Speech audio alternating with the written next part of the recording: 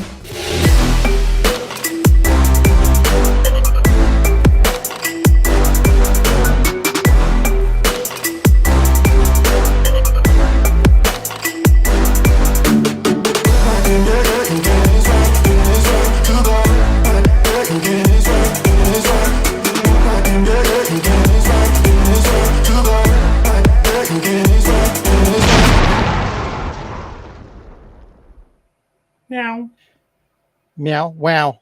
There's a dragon. Look out. What's up, everybody? Welcome to another episode of the Wardcast, your weekly source for video game news, machinima, and survival horror discussion, updates on the ward, and more. I'm your host, Sean Clark, alongside Yaz Rich. Happy Chinese New Year's Dragon Year. Yeah. Oh, yeah. Hi. Alec Also, Funnel. hello. And also, I have a spandex belly. What? What? You You I have have a a spawn? spandex. I have a spandex belly. And Carmen de la Cruz. Who's still Yeah. muted? It's still Wow. muted. Welcome back, Alec. Hello. Hi. I threw my notes together very shittily and I didn't get to proofread them, so this might be a rocky road, but we'll get through it. And I didn't even put down what we're talking about today, but I know that we're talking about Tomb Raider a little bit. We're talking about Final Fantasy. We're talking about Xbox being garbage, like always, and more. But So the show might actually go better. Wow. before There's the all one that, who hasn't been here for 2 weeks. hey Jess, Hey, what? how's your dragon? I'm a dragon. No, we can't hear you at all. My dragon was good. It's been 12 years since my last dragon year. This thing is crushing my already hurting nose, which is great. Can you hear me okay? Yeah. We can hear me Yeah. better than we can hear Carmen. Yeah. So that's good. I mean, we can at least hear you. Yeah, so my I'm pretty excited right now because it's finally the year of the dragon, and then my Chinese horoscope thing said if you're a dragon, this year's gonna suck for you. Wow. So sad. It's the year of the wood dragon. I got green because I'm an earth dragon, so yay. This week was okay. I mean, work was finally busy, so I had things to do. Busy a little bit, so like 2 days out of 5, which is saying something. We had a bit of cases come in, but the week still took a little bit of time to come in or to get through. I played a couple of new games, and by the couple, I think I mean just one. Yeah, Okay. yeah. I can't remember anymore what I played or didn't play. That's new or not, because I believe I played Returnal, but I think I mentioned that last week, so I didn't play it more since. Because I think every day we've been playing Lethal Company. Shayla got us on that, and we've been playing every day on Steam. I've had to limit the amount of time that I played because my computer is like, oh yeah, I could totally run this. I'm not supporting Steam anymore because Windows 7, but I'll totally keep supporting Steam because I'm stupid because Windows 7. So let's just keep doing it. Oh, by the way, it's been like 3 hours. Yeah, I can't run this game anymore. So it's been kind of like, shitty, but we were able to play. I got some good footage. Shayla got some streams, so it was fun. We played with Diz and Shayla and Carmen, not Alec. I like your shirt, Alec, with the plaid. Thanks. Yeah. I bought it myself. I want it. I want the other half. And then we played a little bit of PUBG, but it sucked. So we need new games. We need new games. I've been working on video stuff. I found some old footage from my mom's old computer. I had transferred onto my computer. from like 2006 and 2005 and stuff. So like 16 years old, 17 years old, me, not the video. And so I'm like trying to make like little cuts and put them on like my real life shenanigans playlist on my channel, Tipping Canoes. I put one up that was really stupid. So I'm trying to like play around with those videos to make it a little different. This thing is crushing my nose. Hang on. Oh my god, put it back on, put it back on. I'm still a dragon. It's just I have nose issues, and I just now realized how this thing pushing down on my nose really hurts. No. Doesn't matter the words you're saying, we can't hear them. You can see the red that this thing pushed on my nose. It was only $12, so it's fine. What was I saying? Oh yeah. And I've been also finding old videos of like when my grandma and Christmas and stuff. So I'm trying to make like compilation videos for my family, so we can like all see like the good times. And I found like videos of me at like 17 and my little cousin trying to get me to like, he's trying to show me his toy that he got for Christmas, and he's trying to get me to try it. Like, he's sharing with me, and I'm like trying to read my manga, and I'm looking at my mom like, and like my mom wants to show you, and I'm like, meh. Yeah. So we've all been there, 17 years old. And then I started working on some different machinimas and different video game compilations, most of which are currently involving Lethal Company, because I have a lot of footage to go through so I can get rid of the recordings, because I think the overabundance of recordings I took are partially why my computer is like, I'm full now, and shitting itself. So I can delete those videos and get rid of some of the big video files. And then I started a new project for the Ward. Not necessarily, it's not a machinima, but there's a new project that's going to come to the YouTube channel. I talked to Sean about it. It's a secret for now, but when it's ready to start, you'll see it. Maybe we'll do a little sneak peek on the Wardcast. I'm like, where are we? What? Wait, I was gonna say what year is this, but it's a Year of the Dragon. Yeah, so that's something to look forward to. Maybe we'll talk about it a little bit later when it's starting to roll a little bit more. But for now, it's in development. Does it involve rolling? Maybe. I think I know. I mean, like if I'm doing this during. Oh shit! I just crushed my headphones. Yeah. Do it again. Anyway, I have no idea what else I was gonna say. Show and tell? Yeah, I guess show and tell. I honestly feel like there was something else, but I don't know. Must not have been important. Show and tell. I don't. Did I? I think I showed you my. I bought the Metroid for Switch. Metroid Remastered. The Metroid. Well, Metroid Prime, like the game of Metroid that I got. Yeah. Metroid Prime, yeah. Mm-hmm. So, still randomly finding stuff that I think I was gonna like send to people randomly. I'm still finding random shit. Don't know where it's coming from, but it's just like ending up on my floor here. So I showed you the Dark Link. Now I have a random little Skull Kid. I don't remember where he came from, but he's just randomly here. So he's just gonna chill with me for a bit. I don't know if I plan on keeping him. I think the plan was to probably send him over to Diz, because I know she really likes Zelda too. But yeah, it sucks because in this collection there's Donkey Kong. And why does that suck? Because I wish it was a Donkey Kong. Oh, Big Donkey Kong. He's my jam. this is a bad collection because it has Donkey Kong in it. No, it's bad because that's not the one I got. Sucks because I wish I had the Donkey Kong.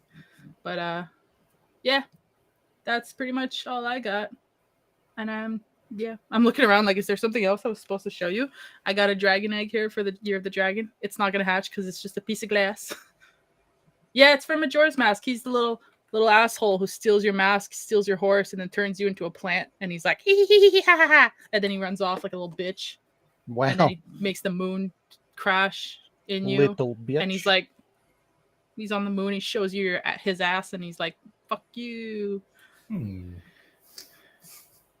I've now intrigued Alec into Majora's You Mask. have. Legend Ass. of Zelda, Majora's ass. Yeah, that's the game I want to play. Yeah. That's just like, let me summarize games for you in 10 seconds. That's it. Anyways, You Ass gotta find the buzzwords. Ass. Jack. Carmen is resetting her computer, so let's go to Alec. Hi. So, I'll try to make. I was going to keep it a bit short, but as we were waiting for Carmen, I'll kind of extend it a little bit. But yeah, I have been away and dealing with a crazy landlady. So I was moved into a place in Weymouth. Within the first week of me being there, the landlady told me I was using too much electric, even though I was just playing PS5 for an hour. Yeah, so she's crazy. And a few weeks later, I just decided I need to get out of there. That and me and my boyfriend kind of decided we want to move in together. So yeah, fuck it, let's go find a place. So we're starting to do that. Hang on, Alec. Sean, it's Sadie's BFF. It's not Sadie. But you have to go off of the. What am I going to say? No, BFF? Yeah, because it's not Oh. Sadie. Yeah, anyways. Wrong. Continue, Alec. Oh.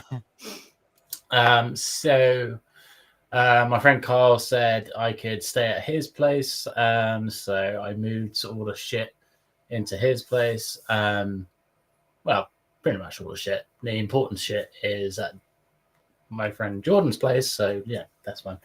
But yeah, the day of moving out, so crazy landlady. I had texted her saying that, it's going to be me, Kyle, Jordan, taking all the stuff out. And so I texted her saying, we're coming at this time, yada, yada, yada. Is this okay? She said, yes. So she told me that she's watching TV and she's busy. So I'm like, okay, I'm just going to go in, get my stuff, go kind of thing, right? So I go in, I start putting my stuff into a bag to leave, right? And then she goes, how rude, you invite these two people that I don't know, despite she's met them before, into my house, without telling me or saying hello. And I'm like, I literally just texted you like an hour ago. And you replied saying, yeah, it's okay. So what the fuck are you on about? So did she think you were a roommate? Did she I think don't you guys know. got married? Like, I mean, it's crazy. Yeah. So she proceeded to say, once we started to move things into a bag, she said, I'm going to call the police. Funny thing is, one of my friends that happened to be moving stuff in, I'm not going to say which, happens to work as a police officer. So we're all just like thinking in our heads, like, well, he's already here. So how do you want to carry on? And how does she want to carry on? She proceeds to call him a camel. I don't know why. Makes sense. Yeah. so like a camel shows up? I feel they should have been a camel. Perhaps she was seeing camels. I don't know. But yeah, so I got out there. We got all this shit out there. So that was good. Carmen, say a few words.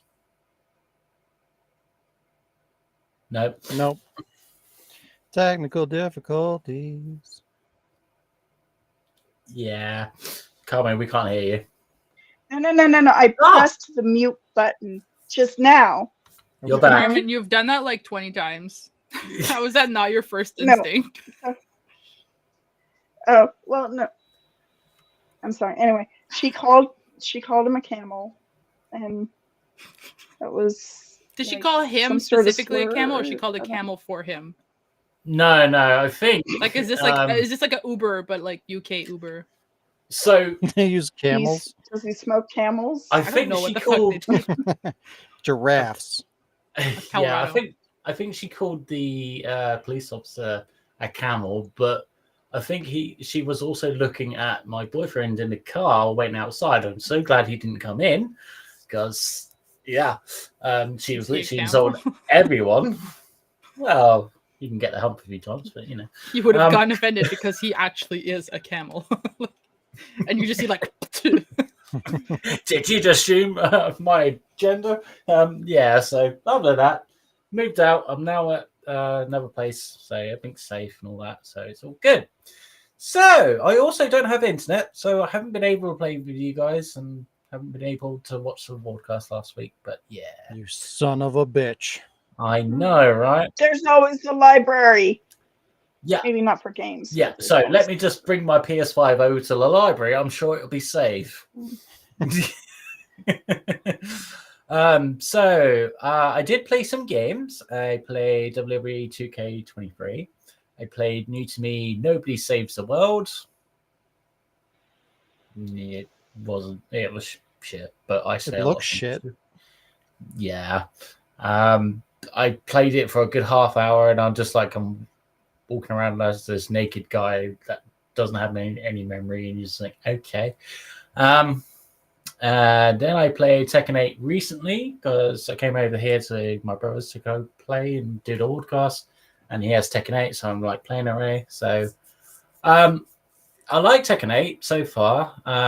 It's not as good as some of the older titles, I would say, but yeah, it's okay. It's Tekken. What do you expect? What can you do new to Tekken? I think Tekken peaked at Tag 2. Yeah. Yeah, I was actually just, saying to Lee, it's like, well, now the Mishima story is kind of like going off another chapter. I'm just like, well, what's the next Tekken game? Tekken Tag Tournament 3? Could be the redemption that they need. Could be good. Yeah. I also played MGS2. I watched Ian play a bit of Final Fantasy 14. I did not like the looks of the screen whatsoever because like there was so much text. Like literally, if you see my face, now imagine text all over the rest of the face and everything. And there's like different icons down here. It's just, how the fuck do you know what's going on? And I'm just like, yeah, no, I'm not going to get into this at all. So, yeah. But yeah, things are going well. But yeah. Show and tell. Couple of things. So he got me a dog. It's dead. He got me a dead dog. Wow. Best boyfriend ever. Says love you or something like that. So that's sweet. I haven't named it. I think I'm just going to call it Dead Dog. I mean, it's obviously dead because he's got his heart on the outside. He's dead. All right, let's do the crap one. So I did not buy this. Ian brought this for me. Is it an Amazon drink? No. Some YouTuber, Logan Paul or something. Oh God, endorses. why? Yeah. Yeah, it's been in my fridge for a few days. I haven't tried it ever. And he says for me to try it, and I'm just like, all right, I'll do it on the Wardcast. So here you go, Ian. What is it, like a water or a juice, or what is it? Where do you get it? Pride. No, it's Prime. Yeah, I know. So it's blue This was raspberry flavored drink with sweeteners. It's sweetened with the tears of children. Oh, he hates it. Oh. Oh my god, why do people spend £3 on this shit? Ugh. Ugh. That good, huh? Yeah, it's not Do even you good. usually like blue raspberry? Or are you just not a blue raspberry person? I mean, what do you think this is? Blue. Yeah, WKD, that's stuff I often drink on the podcast. So, other show and tell, it's video game related, as it's wrestling thingy. WWF No Mercy. A lot of people have said this is actually the best wrestling game you can actually get. So, Was that one exclusive to N64, or was it on PlayStation? No, it's exclusive to N64. So, yeah, it's good. Nice. The only thing is, sadly, is that it loses its memory. So it corrupts itself after a little while. So, like, Oh wow. yeah. Yes, I have been cursed, Lee. Thanks. Thanks for saving my soul, by the way. You were only there. You could have been like, no, don't. But yeah. Carmen, how's your week? My week has been good. How's it been? It's been really good. Or I've been, in better mood, feeling good, even though, let's see, I had to pay $400 to get my car repaired. I had to pay like $340-ish to get my phone repaired, which, show and tell, not really anything related. Not related to games per se, but I did get a new phone case, a new phone, and I plan on I'm gonna DIY some pretties here. I'm gonna get a sticker or something, and I'm gonna make it look nice and pretty, like the previous one was nice and pretty. But I kind of destroyed my phone earlier this week on the back side because I did a bad thing where I ended up hitting my phone against my bed, but there was nail clippers right there, and my previous case had already come off, so it was straight phone to clippers, like glass to metal, and so I had shattered the back side. So the front side was already messed up, and that prompted me to pay for that. But so a lot of money went bye-bye, but I've been in a good mood, doing good stuff. Played PUBG. I think I played at least a couple rounds of PUBG this week, I think. We also played the Lethal Company, which was very fun. Played I played a couple of rounds. What? That's just our Are You Still Alive? Hello? I played a couple of rounds of Call of Duty Mobile on my phone just because I was dinking around with my phone, testing some things. That's about it. I bought also the Phasmophobias. If anyone wants to Phasma, I bought it. I did it. It's good. So, seeing how laggy Lethal Company has been, no. I think me and Sean have established that my computer might not want Phasmophobia. For the time being, I uninstall. Before you start making all these screeches, let me finish. We've established I had to uninstall Phasmophobia to give Lethal Company a bit of a chance. So when we decide to play, I might have to uninstall and swap the games and give it a shot. But there's a chance that it might not run, but we can at least try. But for now, I don't have it installed. Yeah, but fair enough. It was cheap, so Yeah, it was cheap, so why not him? Yeah, we'll play it eventually. Anyway, Canada was so I already mean, I have it too. So yeah, and I have lagmophobia.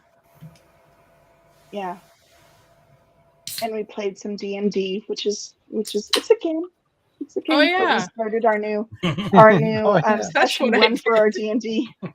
Yeah, we started Roll this our D20. session one for our D&D group, and that was pretty fun. Which Lee knows. It's sparkly. Yeah, we started like that it. yesterday. Yeah. And the dice were cold. Yeah, we had such shit rolls. So many ones.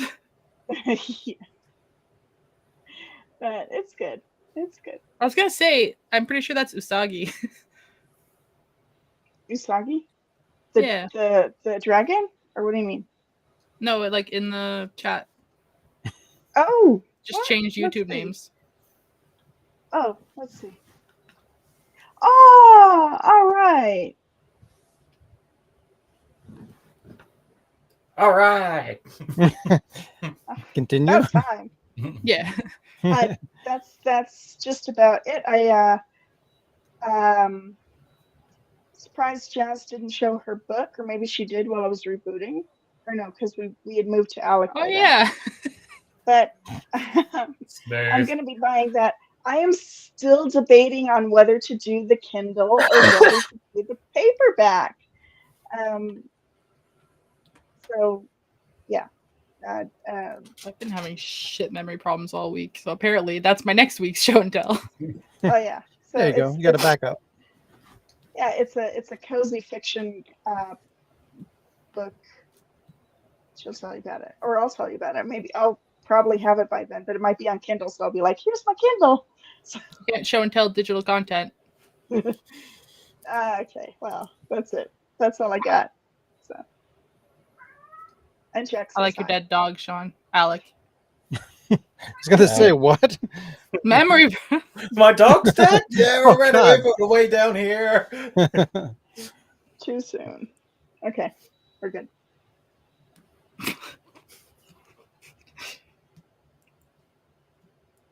Well, for my week, She's started. I watched some movies. I watched the Flatliners remake, and they With apparently they made what's it? With what? Is which one is the remake? The one in 2017 ish. Seven. Did you ever watch the original? With what's her name? The girl Ellen Page. yeah, Ellen Page. Yeah. Yeah. like that Have you seen it? Yeah. I mean, I course. probably just don't like it because like I really like the original, and It was really weird. Very different. It's like a completely different concept for a movie than the original. I should watch So- the original. Yeah. So I don't know. I was just kind of disappointed that it wasn't really. I complain about this all the time. You're using the name and you're not. I the enjoyed content the isn't there. movie, but I'd have to It's watch the not- original to like be able to really like make the connection. But the movie Right. itself was enjoyable. Yeah, I So it thought was okay. not faithful to the source material at all. At No. all. Mm-mm. That's fun. They also made a Fantasy Island horror movie based on the show Yeah, from the 70s or the 80s or whatever. And so I had to see that. of course. And considering what it actually is and what it's based off, I thought it was kind of entertaining, but it's not a good movie. I watched Passengers. That was pretty good. That's Chris Pratt. Yeah. Jennifer Lawrence. That's Good pretty movie, even though it has Chris Pratt in it. good. Yeah. Is that the I one like where the part there's when I only like when she's in the two pool and characters? she's like trying to get out of the pool. Yeah. That's my favorite part. I was like, I would Dra- freak out. I love Drowning water. in a pool in midair. Yeah, Tucked up. and trying to get out and like the pool's moving and you're like, Yeah. that's was you pretty in cool. that's you in the mud. Hey, Sean! you died in the mud too. John, yeah, but I witnessed you dying. You were. Well, Oh yeah. no, it's I fair. witnessed you not being there anymore. You heard me die. You didn't see it. Everyone's like, she just watched him die, did nothing. A game. And went I further saw a into the movie mud, called so. Fall. That was really good. That's a tower. Yeah. I They climbed to don't- the I- they what- climbed to the tower. What? I was telling you about that movie like a year ago, and you were like, "That looks stupid." It does look stupid, but it's It really was so good. It made me It's think really of Tomb good. Raider in the first reboot when she's climbing the tower to get the radio. Oh yeah, a little bit, yeah. That movie was so fucking good. Yeah, I Sean. thought it was gonna be awful because I thought it looked dumb. I was like, yo, But- usually movies don't catch me off guard with their twists. It fucking blew my mind. Mhm. Yeah, it was really good. I enjoyed the shit out of it. Yeah, And it's got what's his name? Jeffrey Dean Morgan? Something Dean Morgan. I like that actor. He's a good actor. Papa Winchester, Yeah, he was in it. I was Or like, oh shit, Negan. why is he here? Negan, as everyone knows him Negan now, So he's yeah. Papa Winchester. And then I mean, you guys talked about most of what I played this week, but I played Lethal Company with Jazz and Shayla and Diaz Oh, and really? Carmen, Yeah. and we streamed a little bit of that, like you said. I beat Yakuza 0. Finally, I think 130 hours is what I ended at, and 100%. I did it all. I didn't get the platinum Holy yet. I got to heck. do one more run on hard difficulty, and then I have the platinum. I'm probably going to take a break though, because yeah, that game was a nightmare to get through, but it was a good nightmare. That game was amazing. You were- Like that's one of the Sorry, I can't- best games I played in a long time in terms of just like the gameplay and the story and the characters. Like, it was so fucking good. But yeah, so did that. I played that free game, Roller Drome, I think is what it's called. It's one of the free games for February, Yeah. and it's something I was kind of aware of. Like, I heard about it a while ago, and I thought it looked kind of interesting, and I wanted to try it out.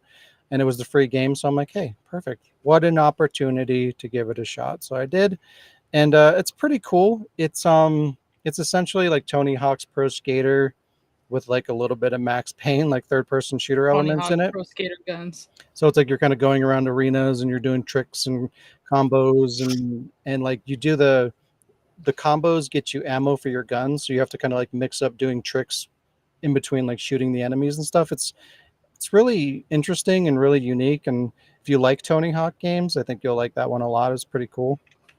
Um, it seems like it's mostly a easy platinum kind of. There's a couple of like challenges that you have to do that are kind of annoying. But I beat the game and I'm going back through and trying to get the miscellaneous stuff. And so we talked about this before the podcast, and we talked about this not too long ago, but I think with Control, it's one of these games where you can go into the menus and basically get away with cheating. Like, you can go in there and you can like, there's a slow motion mode that you have a meter for. So it's like, you burn out the meter and you have to wait a little bit, and then you can go into slow motion, and then you have to wait, and then you can go back into slow motion. Well, you can turn that on indefinitely, so you can just play the whole thing in slow motion, which completely breaks the game. You can give yourself infinite ammo. You can make your damage output higher. It completely breaks it, and there's no penalty. You can get all the trophies. The only thing that you can't do is upload your scores publicly or whatever. Ooh, whoopty shit, who cares? So like, you can just break the game and easily run through everything. So that's annoying, but I mean, it's there, and some of the challenges are really hard, so why the fuck wouldn't I just use it? But so I'm using that to get the rest of the stuff. But I just don't like that, because like, going through the main game, like, it was cool, it was challenging, it was interesting, and then like all of that just kind of goes out the door, because it's like, hey, you can just breeze through it with no effort, and there's no You have no the control. consequences. You have the control. Exactly. But yeah, You could think of it as a story mode, though. Maybe. No. there is no story. There's like zero story. The only story, and it's an indie game, so I mean, it's fine. But all the story is told through. I think there's a little bit of dialogue. Like, everything is told through, like, in between the matches, you go into like a break room and you read files, and you like hear people talking in the background and stuff like that, and you hear the radio. That's the entire story. So like, when you have a story being delivered that way, you need to deliver on the gameplay. And it did, until I found out about that, because literally, like, the entire way that you play the game is different if you turn on those cheats, and it just robs all the fun out of it, and like the feeling of overcoming the challenge, which is the core of the gameplay. Like, you're literally in a box, or not a box, but like a small arena, right? So the goal is to get good and do tricks and pull off cool combos and kill the enemies. But when you take all the challenge away from it, and it just, oh, I'm just going to drive through in slow motion all the time and insta kill everybody, like, it ruins the entire experience. But anyways, aside from that, it's a really good game, and I recommend you check it out if you do like Tony Hawk ish games, and a little bit of PUBG with Jazz and Carmen, and that is it. My show and tell. I got a new NES game, Battletoads. Battletoads, or is it Versus? Battletoads and Double Dragon or whatever.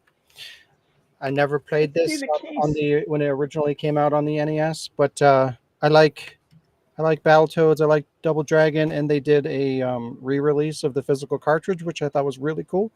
And it's got like a transparent green cartridge, which is really neat. And yeah, so I got that a while ago on Limited Run Games, and that showed up recently too.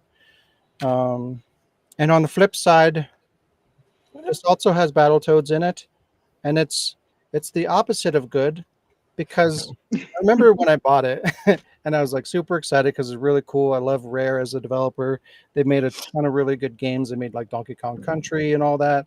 The Battletoads, obviously, Perfect Dark, Conquer, lots of really good games in like the PS2 uh, or PS1 generation, kind of around there. PS1, PS2 generation, I guess, for the most part. Yeah. But yeah, it's got 30 games on it. It's a really cool collection of stuff. But I think at least half, if not more, of the titles on that game, you have to download. So like it's a physical version, but most of it isn't even on the disc. So, but in fact, Battletoads is one of them. So Battletoads isn't technically a part of that game once you can no longer download it. So, I just bought it for Conker's Bad Fur Day. That was it. which is censored on the collection too, by the way, which is annoying. But yeah, I was How just do they kind of looking at censor it, and like nowhere on the box does it say, like usually towards the bottom, like by the rating, it'll say like online connection required or some kind of warning to indicate that, hey, like if you want to access the contents of this game, you need to connect to the internet. Doesn't say that anywhere on the game, which is nice. So that's cool. But yeah, it just kind of made me think like, oh, modern games, Battletoads, kind of my experience playing it on the Rare Replay. And it's like both ends of the spectrum. You got the cool, old school, retro physical cartridge, and then you have the shitty, terrible digital download vaporware version in the modern era. Good shit. I'm Yeah, curious how do they censor it? Now that you mentioned how to, I've never they played censor it. Conker. I think they say shit in it, and they no It longer gets say bleeped shit. out.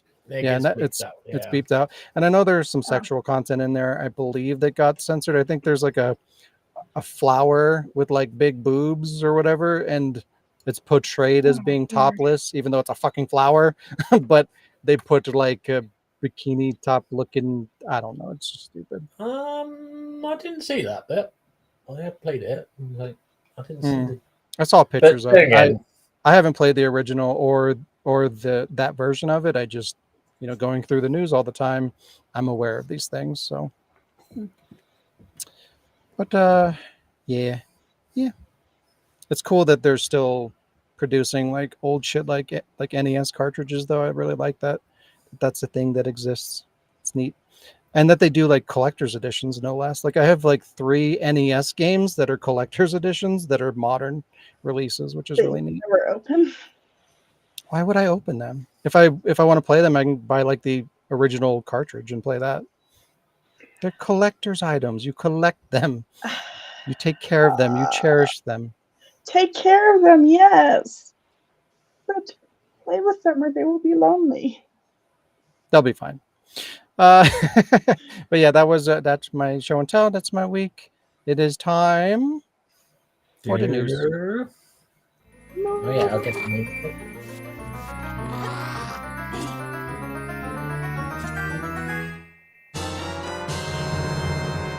Oh god, It's beautiful. it's not. What? Alex somehow manages to fucking ruin everything I do. I know. What What did happened? he say? Oh He says no. it's not good. What? Well, It's good. I It's like it, good. and I like it. I choose to use it because it is beautiful. So go fuck yourself, Alec. I intend to. Don't And tempt it's him. even positive. Like we had the negative one, now we have positivity. Well, more indifference, I guess, which is It's fine. I No, just it's wanted it to be charming. short, sweet, Yeah. neutral, and just cut to the chase. That's what I And mean I by worked for indifferent. fucking like 2 days on it, so Yeah, it looks great. I'm surprised it didn't get pulled down because of the copyright. It's too short. Well, you can't catch them because they keep moving. But yeah, thank you, Jazz, for making that. It is a good video. Alec is going to be sent to his room because he's a bad boy. He's a naughty one. I don't have a room. Well, I'll send you to the yard. All right. You can lay in the grass. Grassy ass. Grassy ass. Alrighty. So Jazz, you asked me if there's a lot of news earlier, and I was kind of like, it's about average. It's more than that. I didn't realize how much I had until That's I was average. done. So yeah, how is that average? Because we always have a lot. Well, no, usually we have like Lately, 4. since State of Play. Lately, yeah. Well, usually around this period, there's like a influx of news because, well, typically it's because we're going into like the press conferences and stuff, but those don't exist anymore. So yeah, I think there's just more sporadic dumps of news here and there. So Dumb yeah, fuckery. but it'll slow down eventually. But let's see if I can find the thing that I made. There we go. Final Fantasy 14 hits Xbox. Final Fantasy 14, the MMO one, is finally making its way to Xbox on February 21st, but there's a cost, literally. The game will launch in open beta as a free trial, but after this period ends, which is unspecified, players will have to subscribe to Game Pass to play it. In addition to this, you will also have to pay the Final Fantasy 15 subscription fee. So, to play the game, it will cost you $18 a month if you pay the $300 a year cost up front, or it'll cost $25 month to month to play it. It's a lot of money to play one Holy game. heck. Yeah. And there's also 5 expansions, which on PlayStation you have to buy separately. So I'm assuming you have to buy them separately on Xbox as well. So yeah, hopefully, if you're excited about Final Fantasy 14, this will dissuade you because don't support this grossness. It's terrible. Like, could you imagine a world where like every game is like this? Like you just have to pay like 20, 30 bucks a month for each game that you want to play. Like whenever you want to play it, it's like, okay, well, it's February. I'd like to play Devil May Cry. That'll be 30 bucks. And then you don't play it for a couple months and you're like, oh, well, I want to play it again. 30 bucks. Like every time you want to play it within a 30-day window, you have to pay $30 just to fucking play it. Like that's potentially where things will end. Because like it'll be a while because this will be more when things are like completely streaming rather than completely digital. But like once everything's streaming and it's tied to a service, that's essentially going to be kind of how it works. Might not be that expensive, maybe, but with developers constantly complaining about how expensive it is to make video games and prices continue to go up, we could get there.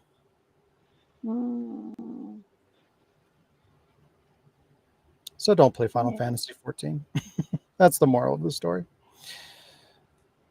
Has anybody or Jazz, you've played it before, right? Final Fantasy 14. Is that the MMO? Yeah. Yeah. Is it worth No. $25 a month? No. No, it's not worth it. I played it when it was free up until like it wasn't like free anymore. And then I was like, okay, uninstall. Ouch. I'm done. So it wasn't even worth any monetary value? Not for me. Damn. No. Well, that's kind of sad because that's kind of, it seems like your kind of like, game. Like you like games like that typically, right? I do, but like it was too generic. Like there was a whole bunch of other games that I could be playing that were like that, and I was like, nah. First MMO, you know, I mean, gosh, we had 11 like 10 years or 12 or 15 years ago. Yeah, well, isn't like I don't know for sure.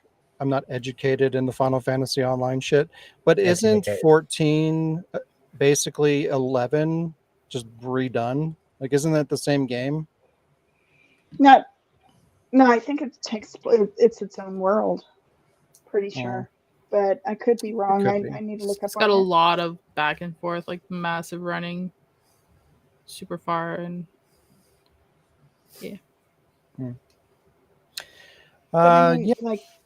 Yeah. Speaking of Xbox will clarify its plans soon, apparently. With all the rumblings surrounding Xbox, like Xbox exclusives making their way to competing platforms, Xbox hardware being discontinued potentially, and so on, it has left many wondering what the hell is going on with Xbox. It sounds like we'll have an answer soon. Xbox CEO Phil Spencer tweeted on the 5th that they will communicate their plans for the future soon. The tweet says, quote, "We're listening and we hear you. We've been planning a business update event for the next week. where we look forward to sharing more details with you about our vision for the future of Xbox. Stay tuned. That sounds so negative. That It sounds so. sounds like they're like just going to confirm what the rumors are. Yeah, that they're just. Yeah. Yeah, but they'll Yeah. wait until you've spent, like a 12-month subscription to Xbox, and like, now you've done that. Now we got the bad news. Yeah, they want to sell as many Xbox systems on sale as they can before they're like, yeah, we're not going to support that anymore. They're going to be like, good Basically. news. Now you don't have to. You don't have to. They're going to try and spin it to sound good, like it's a good thing Well, of course, they're a to business. be forced to be just yeah. Of They're course, going to be they're going to environmentally friendly by not making consoles anymore. right. Yeah, Mhm. 100%. They're Yeah. gonna make it sound like this amazing thing, and it's going to be great for everybody when it's really Xbox not. is going green. Wow. I mean, yeah. Trying to match their logo. Yeah, I'm Yeah. pretty sure they're going to confirm. Well, hopefully they address the whole, No getting more rid of cards. their physical distribution business, because they still haven't really spoke to that. So hopefully they at least have the decency to talk about that.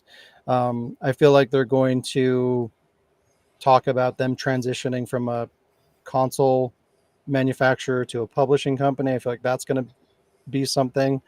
And I feel like to some degree they're going to confirm that they're putting Game Pass and exclusives multi-platform.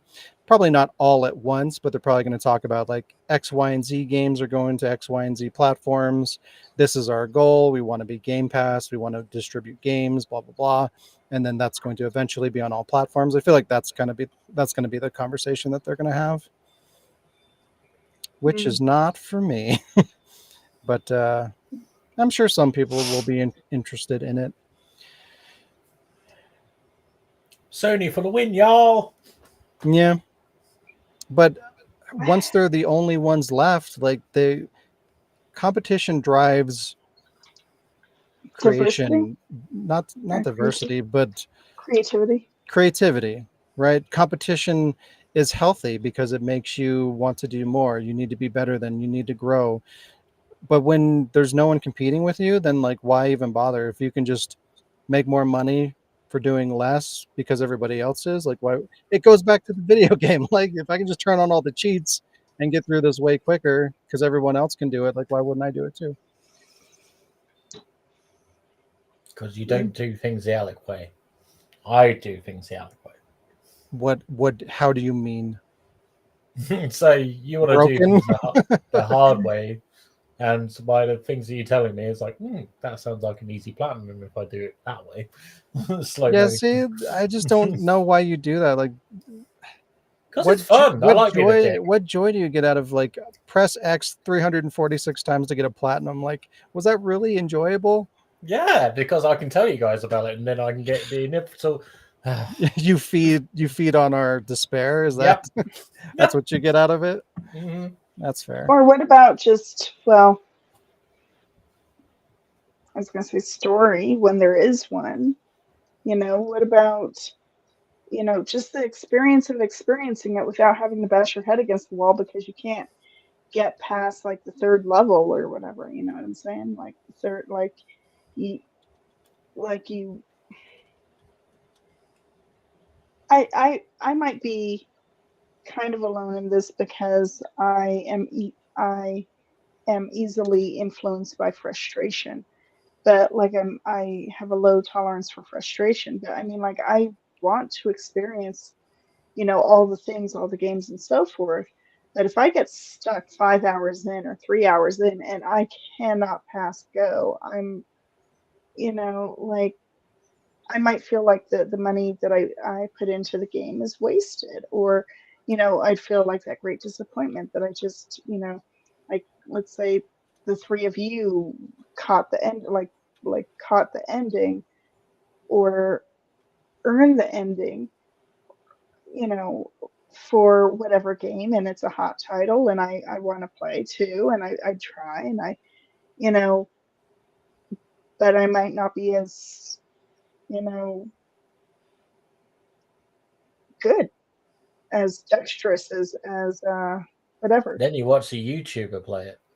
There you But go. I'd also like to like, oh man, I mean, I don't That's know. actually kind of true. Like even that is like it's a much better experience. It's like, okay, well, I can't do this, so let me see how other people are playing that. And that's kind of cool to have that community, right? Because like then you go and you look up videos and then you see how other people do things and you learn things and you get better.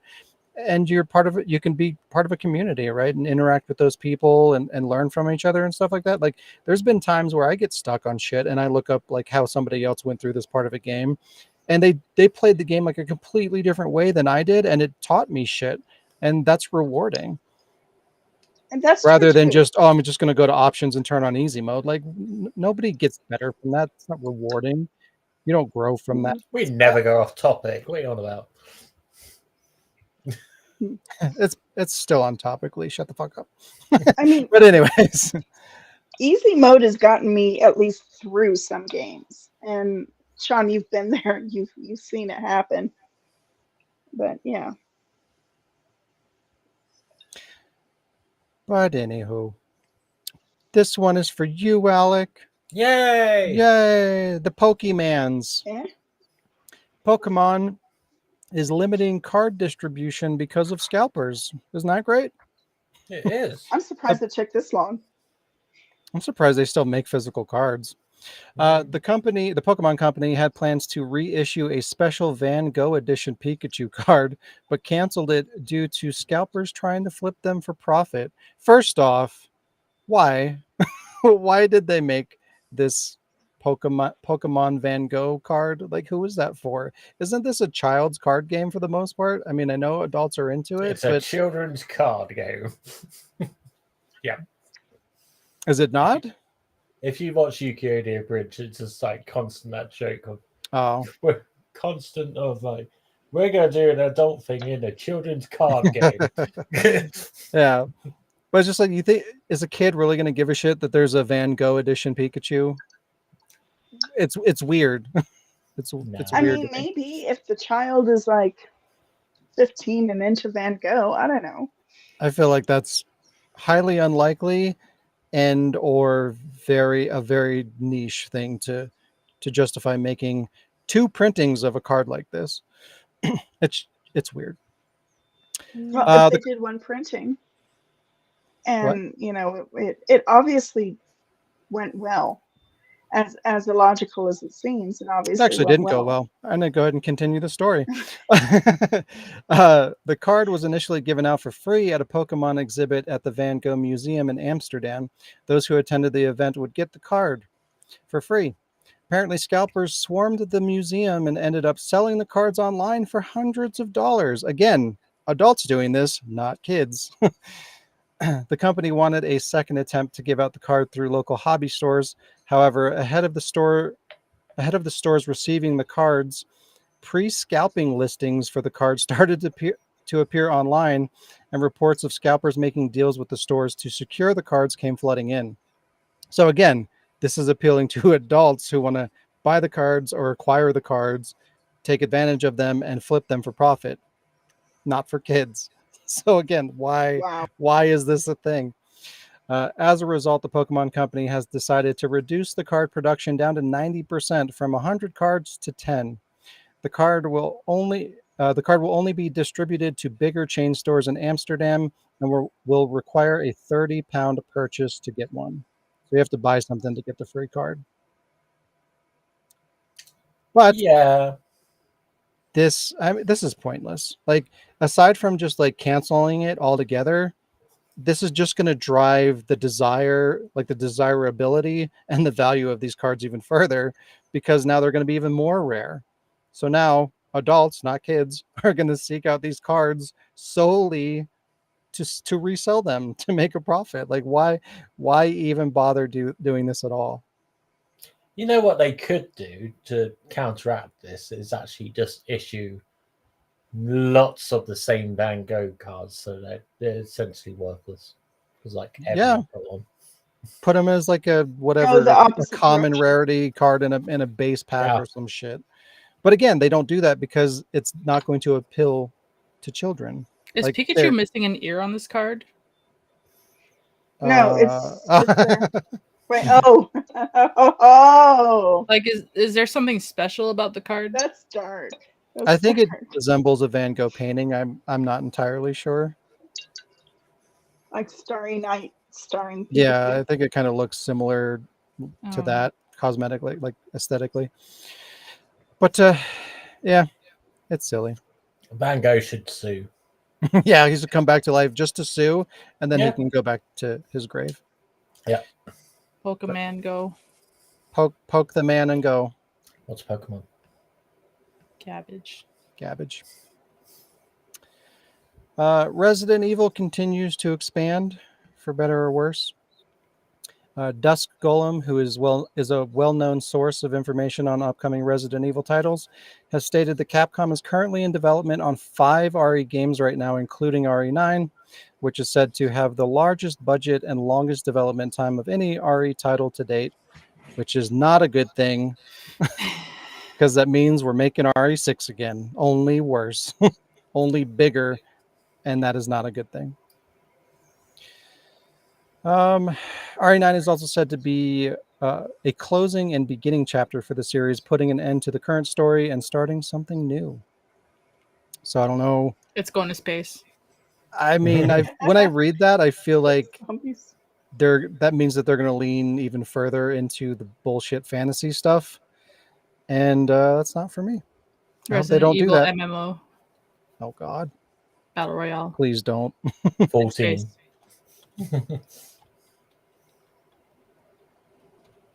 You have to pay £50 subscription just to Just to play it, probably. One of these projects is expected to release in late 2026, early 2027, while RE9 is expected sometime in 2025. None of this is confirmed by Capcom, though, so take it with a grain of salt. However, like I said, Dusk Golem, he's been, I think, like 95% accurate with everything that he's leaked so far. So I'm sure the majority of this information is going to be pretty accurate. And then I feel like if they have 5 games in the works, I imagine RE5 is probably one of them. Maybe Code Veronica remake. You got 9. They're probably going to do some stupid attempt at a multiplayer thing, and then maybe like another spin-off, like maybe another Revelations or something kind of similar to a Revelations kind of game. Another attempt at a multiplayer thing. Mm-hmm. This will be what, round 5? Maybe this one will be more popular than the Bible. I doubt it. I doubt it.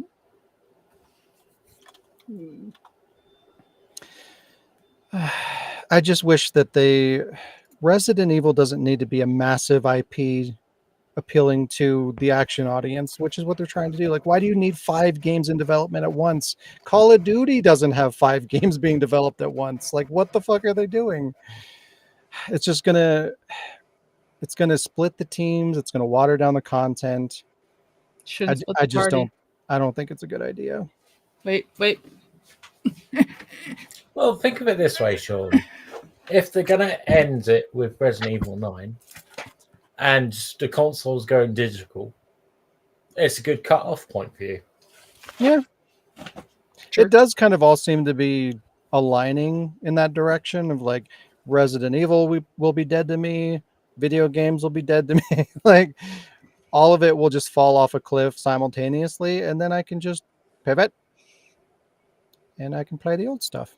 Yeah, join the retro clan. Yeah. Where I'll play my Battletoad Double Dragon game. Yeah. Speaking of Resident Evil, The Dark Side Chronicles is officially partially canon. See, there's a canon there.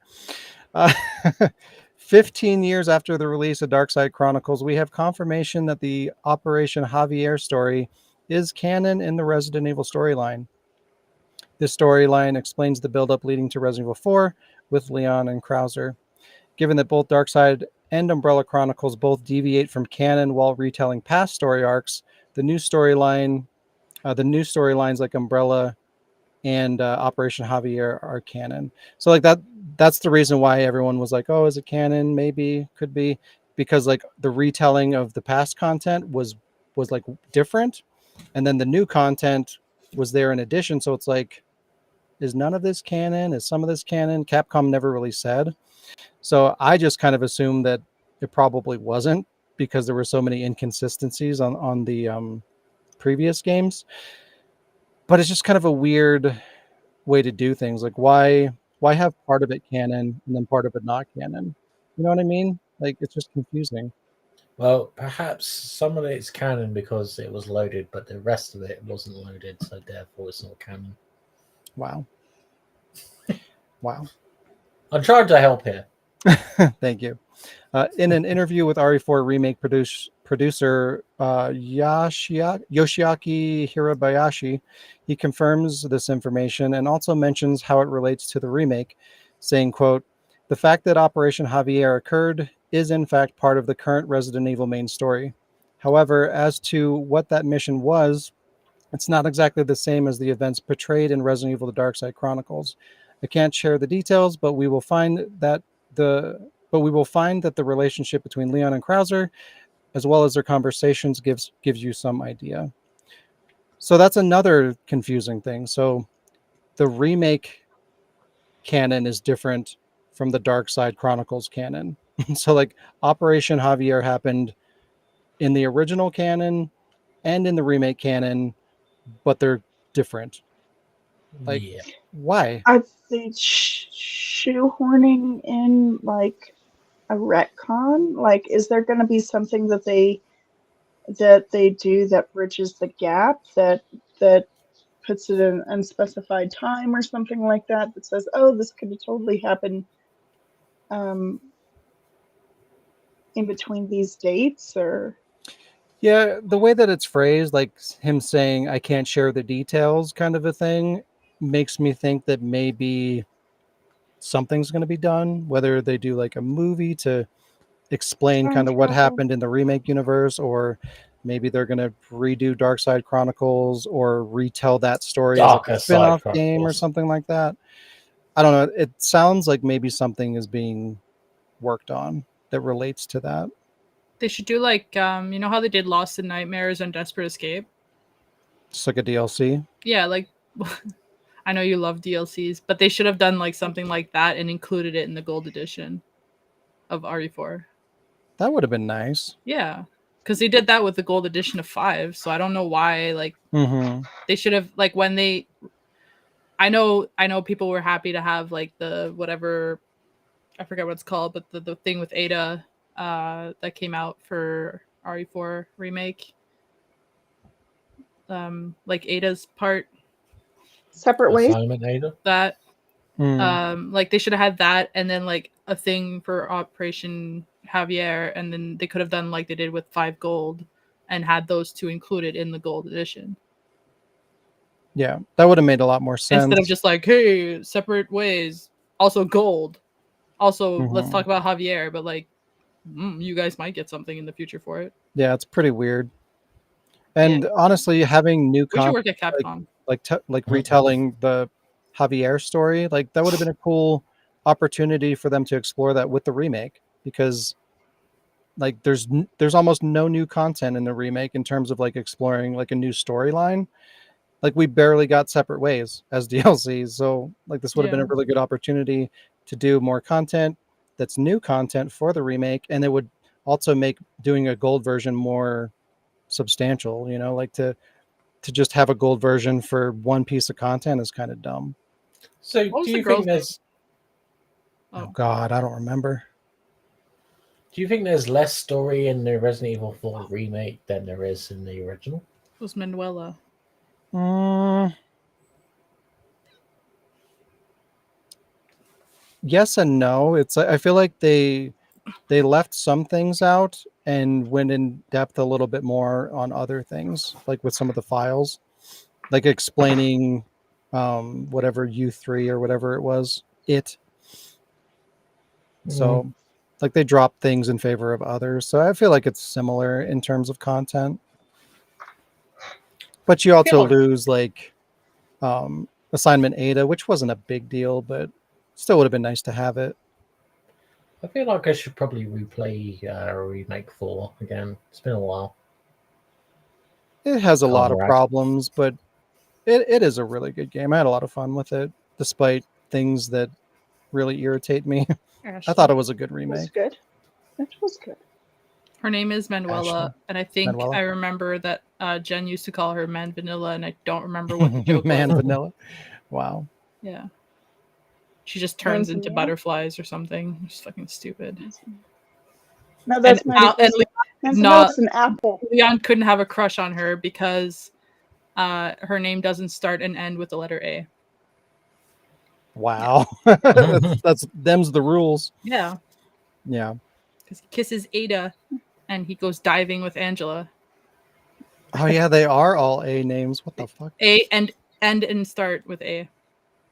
Yep. Yep. Capcom is asking fans what franchises they are interested in. I guess they're doing this again. They did this a little while ago. I think they did this twice before. So if everybody says Dino Crisis, are they going to make a remake of Dino Crisis? Probably not. Nah, they do Mega Man. No, they just They'll want do to the know. opposite of yeah. They just want to know so that they can do the opposite. Yeah. With the massive success of Resident Evil in both terms of remakes and modern titles, despite my disagreement on the modern titles, Capcom is asking fans what other franchises they want to see come back. On their website, captown.capcom.com, there is a survey listed with 10 questions. One asks what series they'd most like to see get a sequel or a spin-off. Options include Dino Crisis, Okami, Onimusha, Dead Rising, Darkstalkers, Devil May Cry, Mega Man, Ghosts and Goblins, Resident Evil, and more.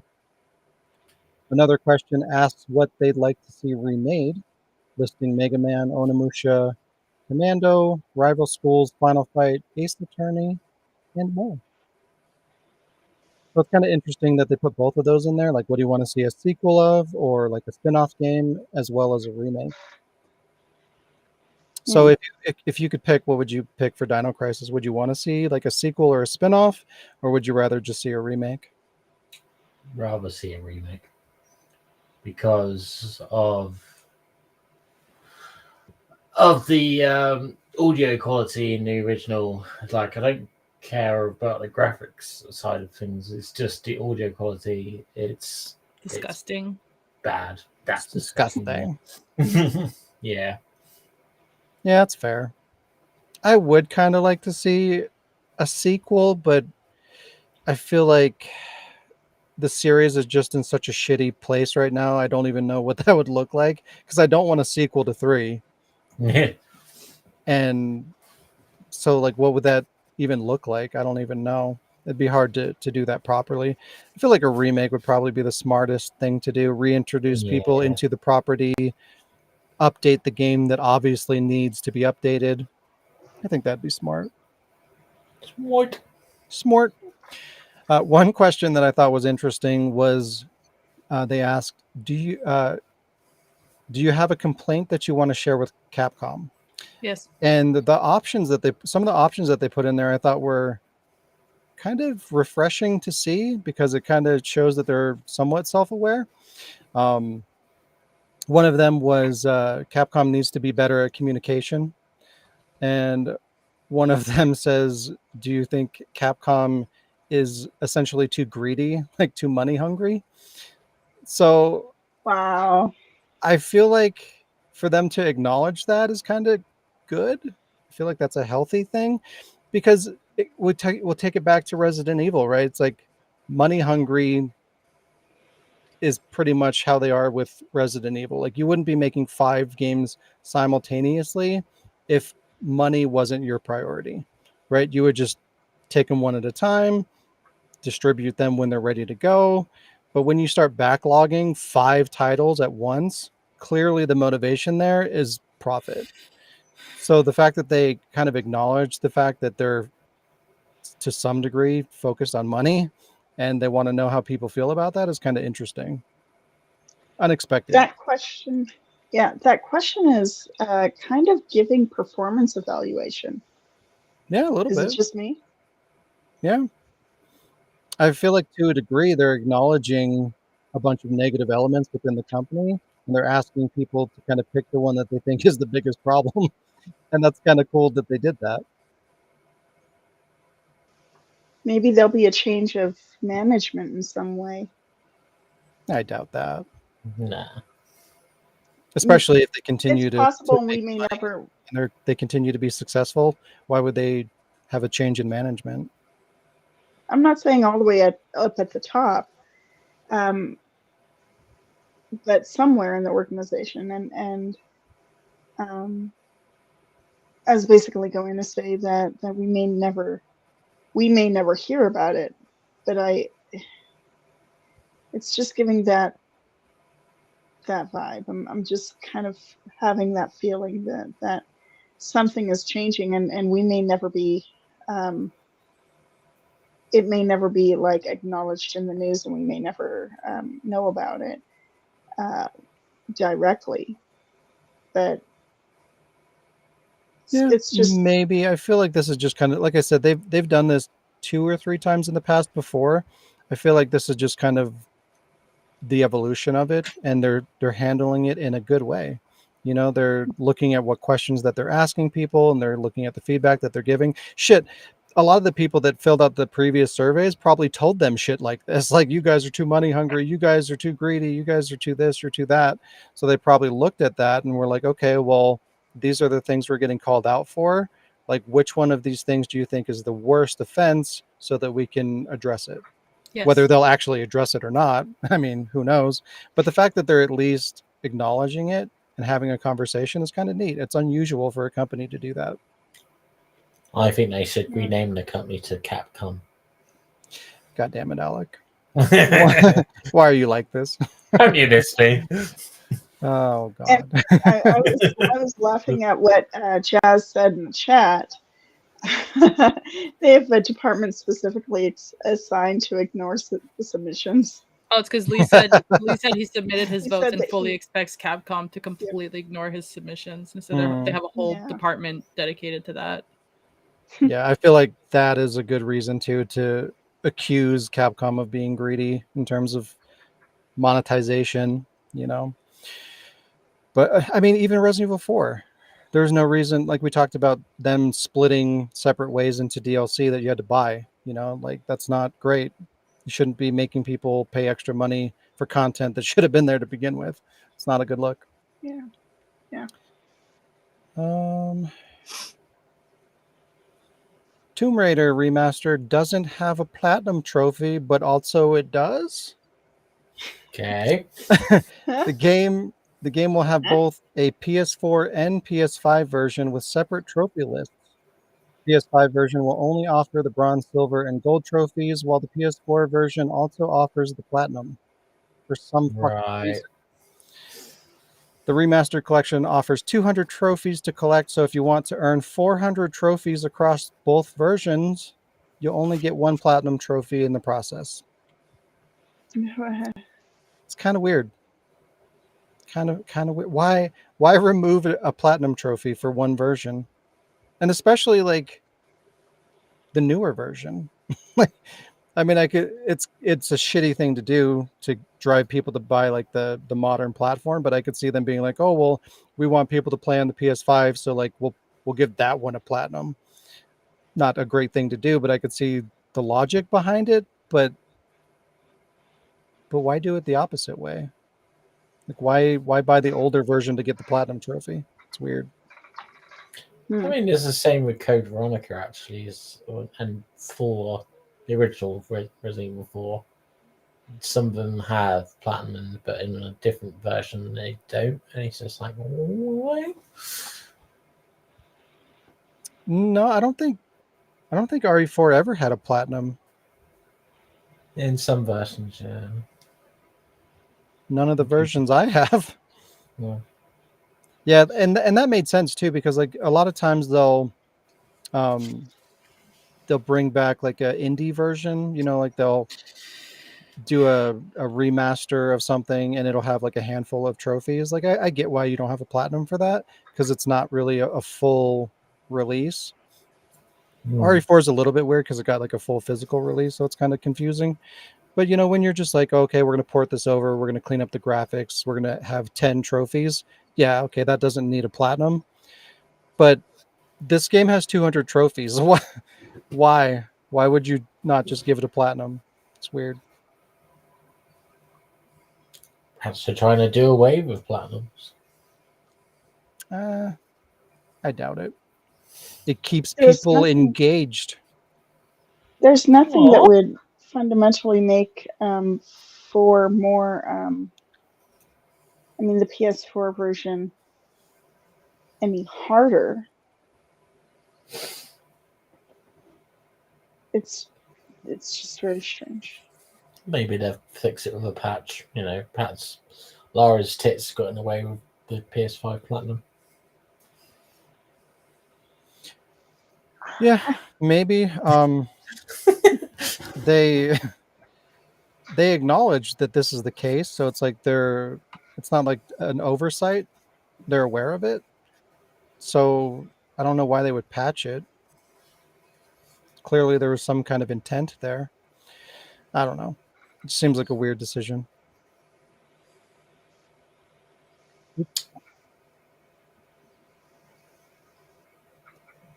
Digital impacts Funimation anime. The digital apocalypse. It's spreading into everything that you hold dear. Yay! Yay. Animation clips. Funimation is a large publisher for anime and have offered digital copies included with many physical releases for years now. Over time, anime collectors have built up a large digital library alongside their physical one, allowing for easy access to their media. Now, Funimation is being absorbed by Crunchyroll, who are a streaming service, and as a result of this, Crunchyroll is shutting down the digital libraries that Funimation previously offered. And this service requires internet to access, so Of course. like there's no, it's not one of those situations where it's like, oh well, you bought it, as long as you have access to your account you can re-download it and watch it. Nope, it's all just going to go away. Yay! No gonna shut honor. They're going to shut down the service to connect to it, and you're just going to immediately lose access to it. No honor. Wow. I do hope they get a lawsuit, class action. Why would Somewhere, they? somebody. Everybody agreed to the terms of service. I mean, I know the rules. I know the rules. But but My butt. Well, that's the thing with these companies. You say you know the rules, they don't care about the butt. You know the rules, so they can do whatever the fuck they want. And yeah, you get screwed, they get paid. They don't give a shit. there's no case to be made there. Like you can't be like, oh well, I Yeah. didn't know. Like if you didn't read the terms of service when you agreed, that's your problem. the Unfortunately, case can be made that any reasonable person would be confused or think otherwise or think they own it or something. It's not And submissive. no, it's not technically correct. Yeah. But basically you're arguing on the side, if you were to make the argument, you'd be arguing on the side of society is stupid, and so therefore you should dumb shit down to the level of society. that's But- not an argument you're going to win. The thing is, society is stupid, and they think that clicking yes, I agree, without reading, that. Well, I shouldn't have to read because I never read. That's not submissible in court. No, and that's not a good perspective. Like, Yeah, because the company's just gonna go, well, if society's too stupid, then they shouldn't agree to things without reading it, and they'll win the case. yeah, So it's ignorance is not an excuse. yeah. I know it's It's literally- blessed. yes, ignorance is no excuse for the law, and we've been taught that. And I'm sure everybody in here is part of the problem. Like just to play Roller Drone, like I had to scroll through and agree to 3 pages worth of terms of service. I read none of it. No, but And- if they remove it and you lose it, Yeah, you know, yeah, you know the terms because they're all the same for all the games. Mhm, exactly. But if there's some Don't take weird distract, thing in there don't- that I agreed to, like it's kind of on me for not reading that. I No, can't I just be kinda- like, oh well, I was lazy and I didn't feel like I needed to do it, so you should accommodate me. Like that's Like not a small child from a poor country shows up at your house and he's like, Papa, and you're like, what? it's like, oh god, Papa, what? you adopt me. What? You say yes to roller drone, Papa? It's got like a printed out version where you said yes, and you're like, fucking roller drone. Damn it.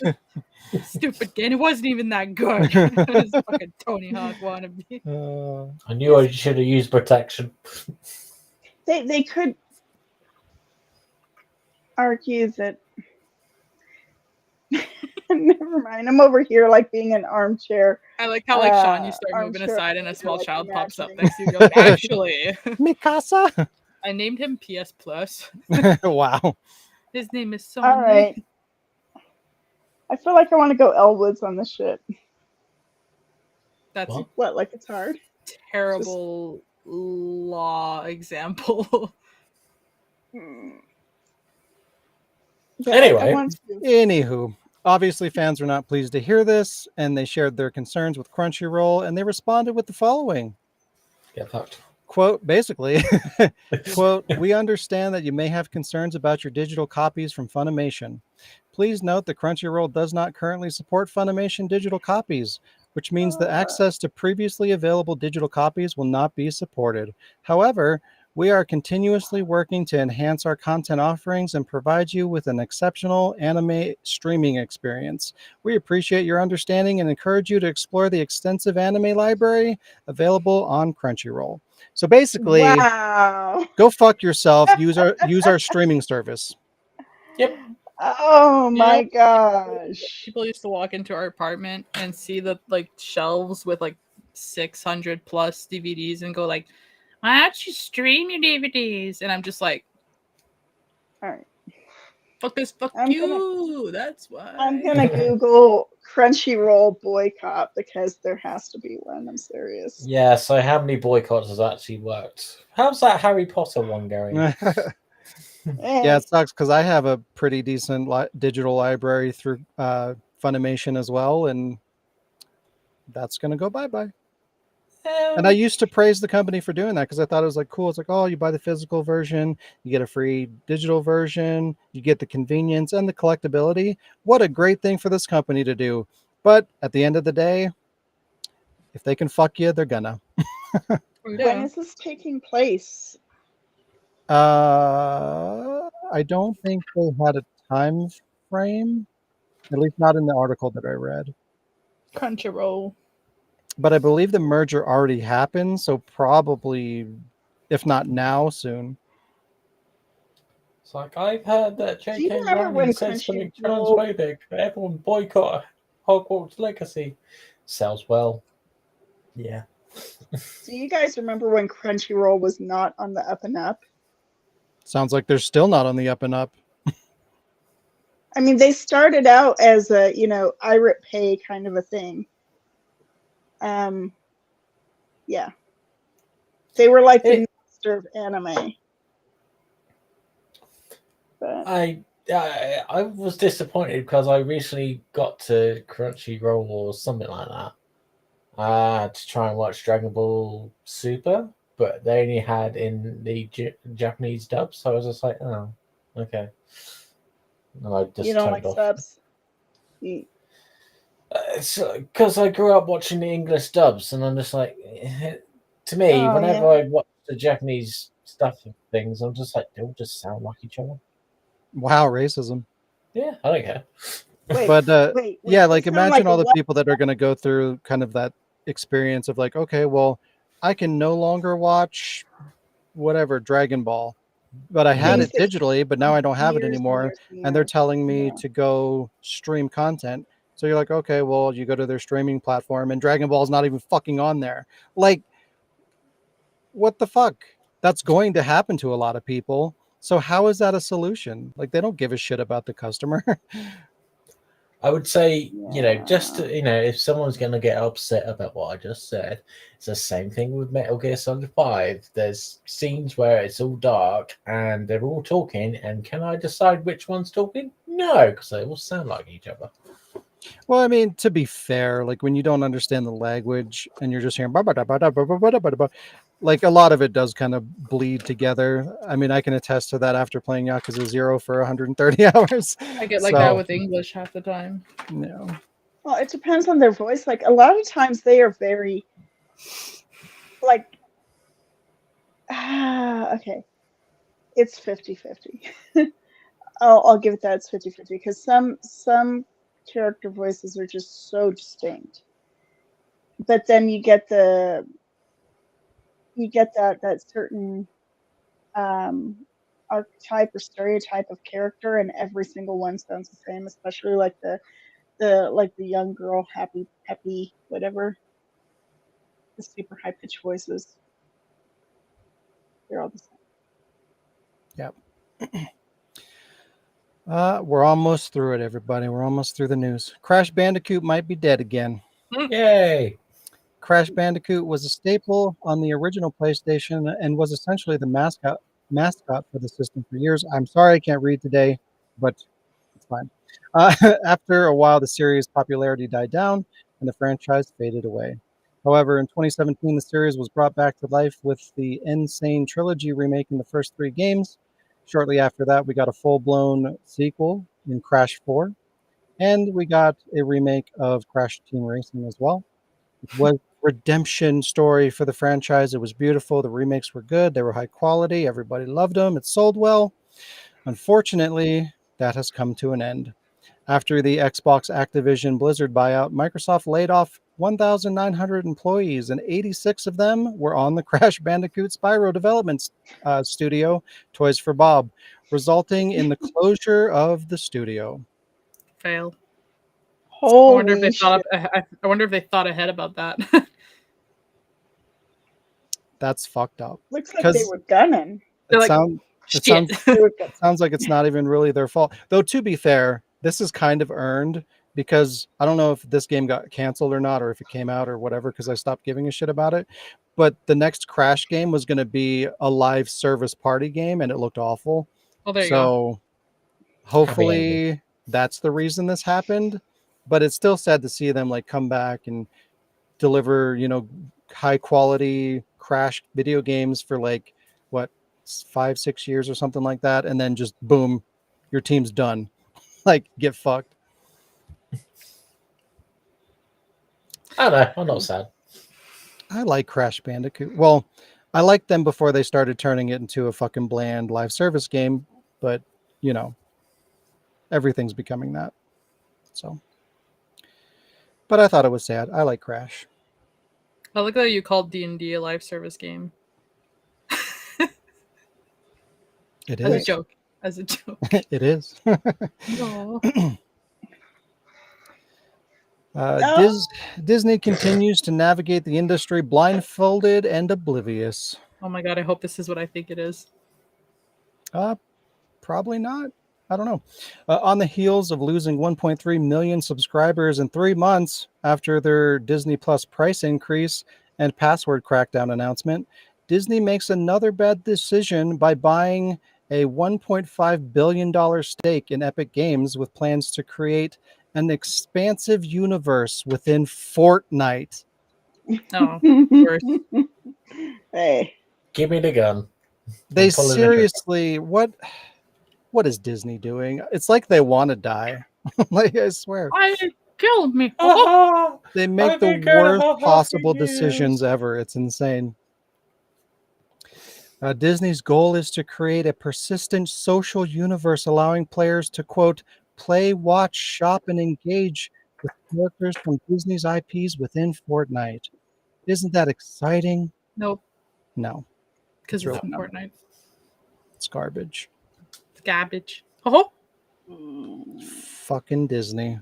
what a load of trash. They overestimate some things. They want to self-destruct is what they want to do, and they're doing it really well.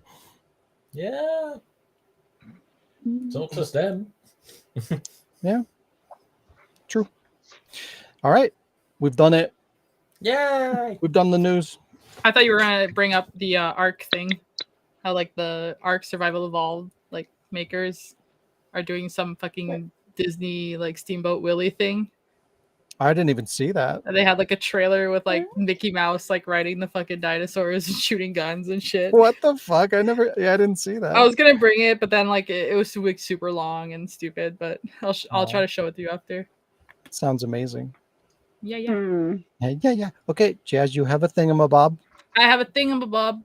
I have Is it a good a presentation, but before we show you the trailer, yeah,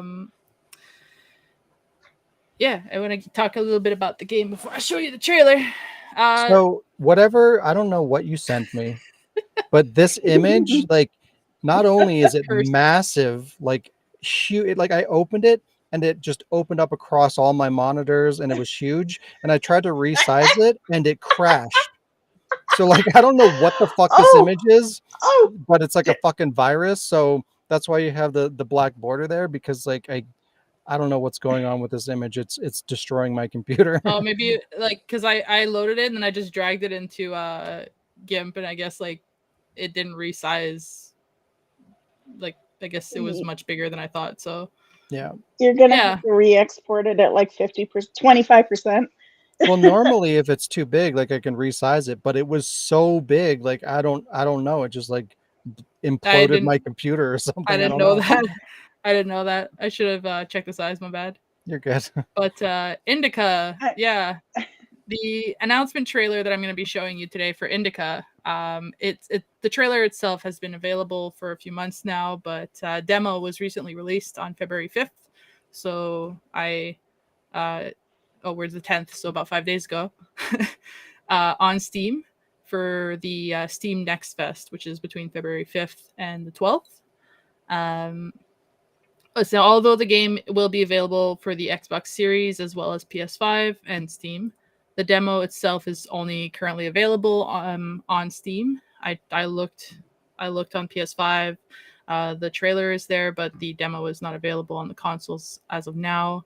I was hoping to try it before presenting the game, but of course my computer installed the demo and it wouldn't even load it wouldn't even open it from Steam. So yeah, at least we have the trailer. But before we get to the trailer, and setting aside all the demo stuff, Indica has quite an interesting background, and I kind of wanted to share it with you a little bit. So it'll feel a little bit like a news article, but the article I pulled this from was from back in October, but it won't have much regarding this. And I just want to say just ahead of time that this is from the article. This is from like what's going on that we've all seen out in the news and stuff. So it's not my personal words here. First off, the game studio Odd Meter is Russian. And 1 year into the development of their upcoming game Indica, which is set in an alternate 19th century Russia, the Russian government, like the year into their development, that's when the Russian government launched its attack on Ukraine. That's when that started. And as we've seen, that's, hundreds and thousands of Russians fled the country, many of whom opposed the war, which included the majority of Odd Meter's developers. So according to the studio's founder, Dmitry Svetlo, 10 out of 14 of Odd Meter workers, Odd Meter is the studio. I don't know if I mentioned that, left Russia together to continue working on the game, facing the reality that they might not be able to return home. In the game, the main character, Indica, is a seditious nun who gets expelled from the monastery and sets out into the world, which is a pretty clear criticism of the Russian Orthodox Church. Odd Meter started the work on the game before the war, but Svetlo said Indica's themes are connected to it, stating that, quote, the Russian Orthodox Church is one of the weapons of Russian propaganda. From the church, they said to people, which this is a direct quote from that church, you should go to Ukraine and kill them to die for your country. This was part of their propaganda. So this is why that they're not using the game as like a anti-war thing, but they are very much aware that like some of the themes in the game are against the war, and they stand by that. Polish publisher 11-Bit Studios signed on to publish the game and has continued to support Odd Meter throughout the game's development. Svetlo expected the studio to pull back since, for two reasons: Odd Meter is a Russian studio, and because the game is inspired by Russian culture and history. So we all know that Russia is not liked right now by a very big variety of the world, to the point where even their like tourists are not allowed in certain countries. So it's been a big thing. So this is pretty cool that company has still continued to support the studio. They're like, no, we're backing you. We started this project together. We're continuing it. like we're here. The Svetlo has also described feeling a lot of guilt around the situation, the whole war situation, but then also feeling like the company, the 11-bit studios, should be pulling out of the partnership, but then also spent the last year getting rid of that guilt, because rationally understanding that he shouldn't be feeling it. He's a person that he feels should be calling himself a patriot, not the people who are killing Ukrainians or the ones sending Russians to die. So this guy sounds like the kind of guy you want to be designing your video games. Like, he sounds like generally a good guy. So I thought it was really interesting that, they continued to work on this game, and now, we have the demo. We don't have a release date yet, but it's supposed to come out in the second quarter of 2024. And a little bit more on this. Just, I want you guys to feel for this game before you see what it looks like and before you see what the game is. I don't know. Has anybody heard of this game before? No. Good. Because I'd never heard of it until today, until I sent myself the link, which was probably yesterday. Not at all. A little bit about Svetlo as well. In a continued statement, he said that after all his announcements and statements, he knows that it's better never to go back to Russia. When showing his statements, many people have called him crazy for speaking about things that are against a few laws, the most dangerous of which is being a traitor to the homeland. This would cost him about 20 years in prison. Oddmeter's announcement of Indica came as Russia launched the renewed offensive in the war. The recent escalation came into this as the war headed into its second year.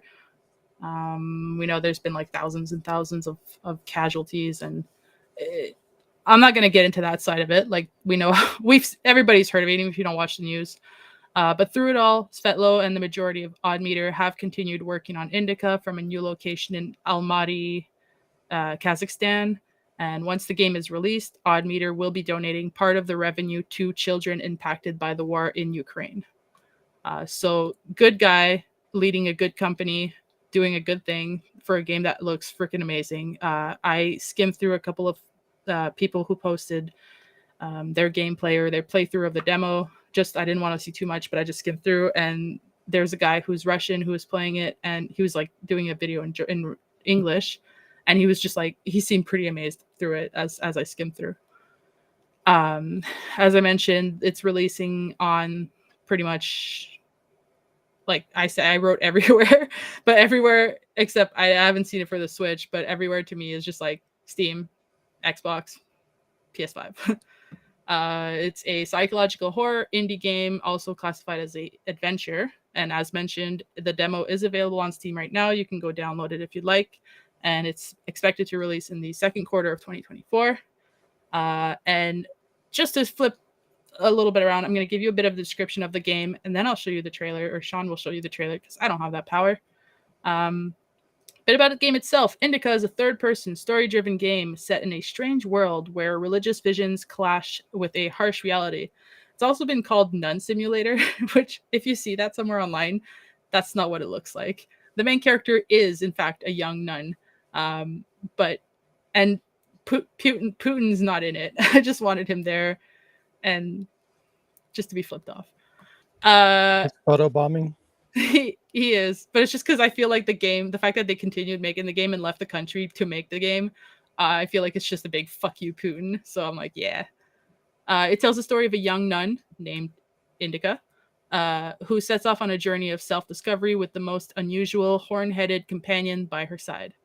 On the outside, Indica seems to be a typical nun attempting to adjust to a difficult and monotonous monastery life. Humble and innocent in her appearance, do not be deceived, as this young girl has also made a highly unlikely acquaintance as she speaks with the devil himself. Indica's unusual connection with the evil one, capital E, capital O, I felt like that was important to say, leads her on an errand beyond the safe walls of the monastery. The world she discovers can only be described as a wild combination of a comedy and tragedy straight out of novels by Dostoevsky and Bulgakov. I think Dostoevsky was like the idiot. And I bought that book because it's called The Idiot, and I love that word. It's an indie game where everything goes. The subject of religion and authority are prevalent throughout Indica's journey, and she'll be faced with many questions along the way.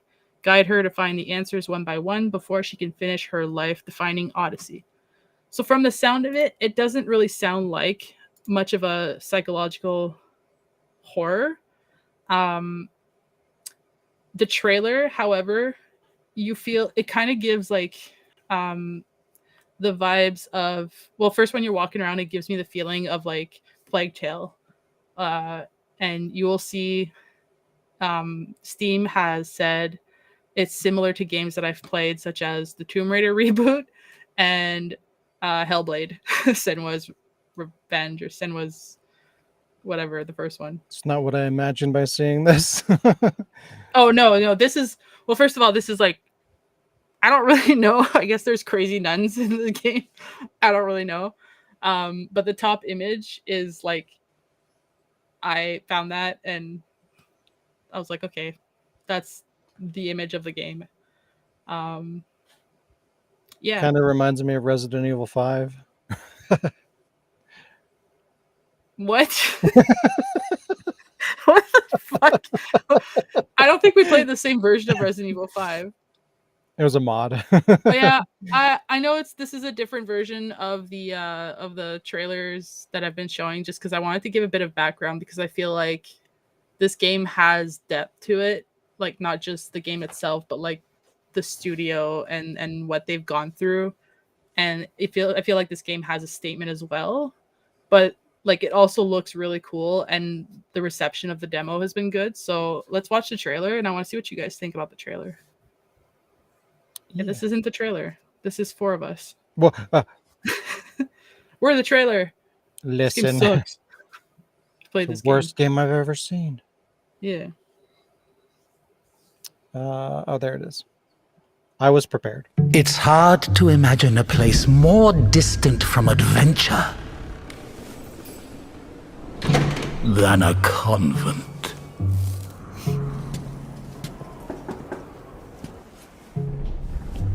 It looks pretty too. The heroine of this story, if it were up to her, would have preferred to stay within its walls. However,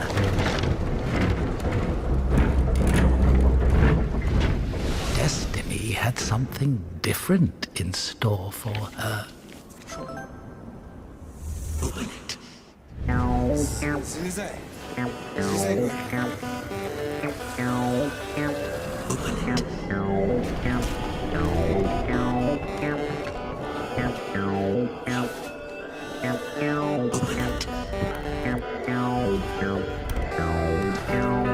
Did you replace the music? Nope. Open it. Open it.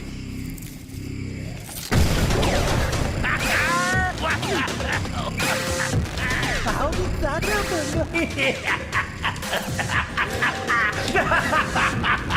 First, you got pushed out of your house, and then out of the monastery. And if, by chance, you were to kill someone and go to jail, sooner or later you'd get pushed out of there as well. So where now? Huh? So many options.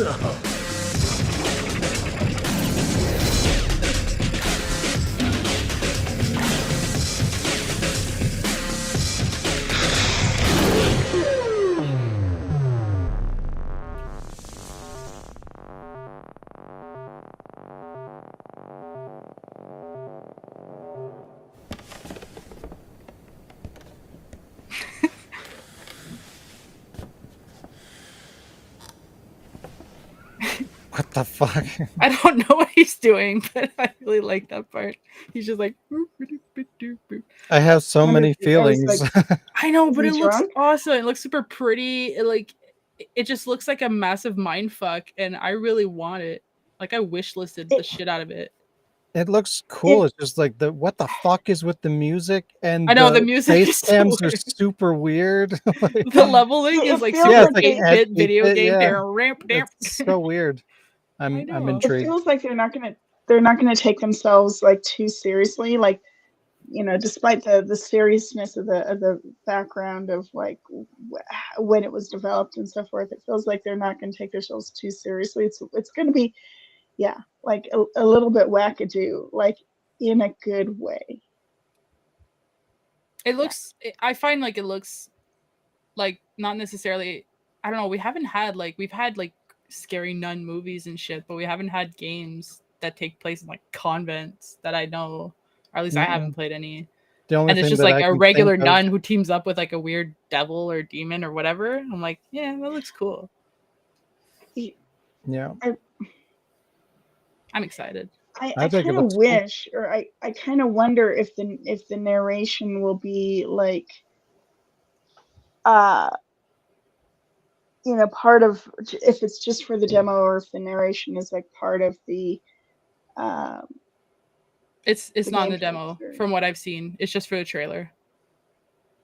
From what I've seen from the demo, like the little bit that I've watched, they actually like communicate, like they actually speak, and it's not like it's in English.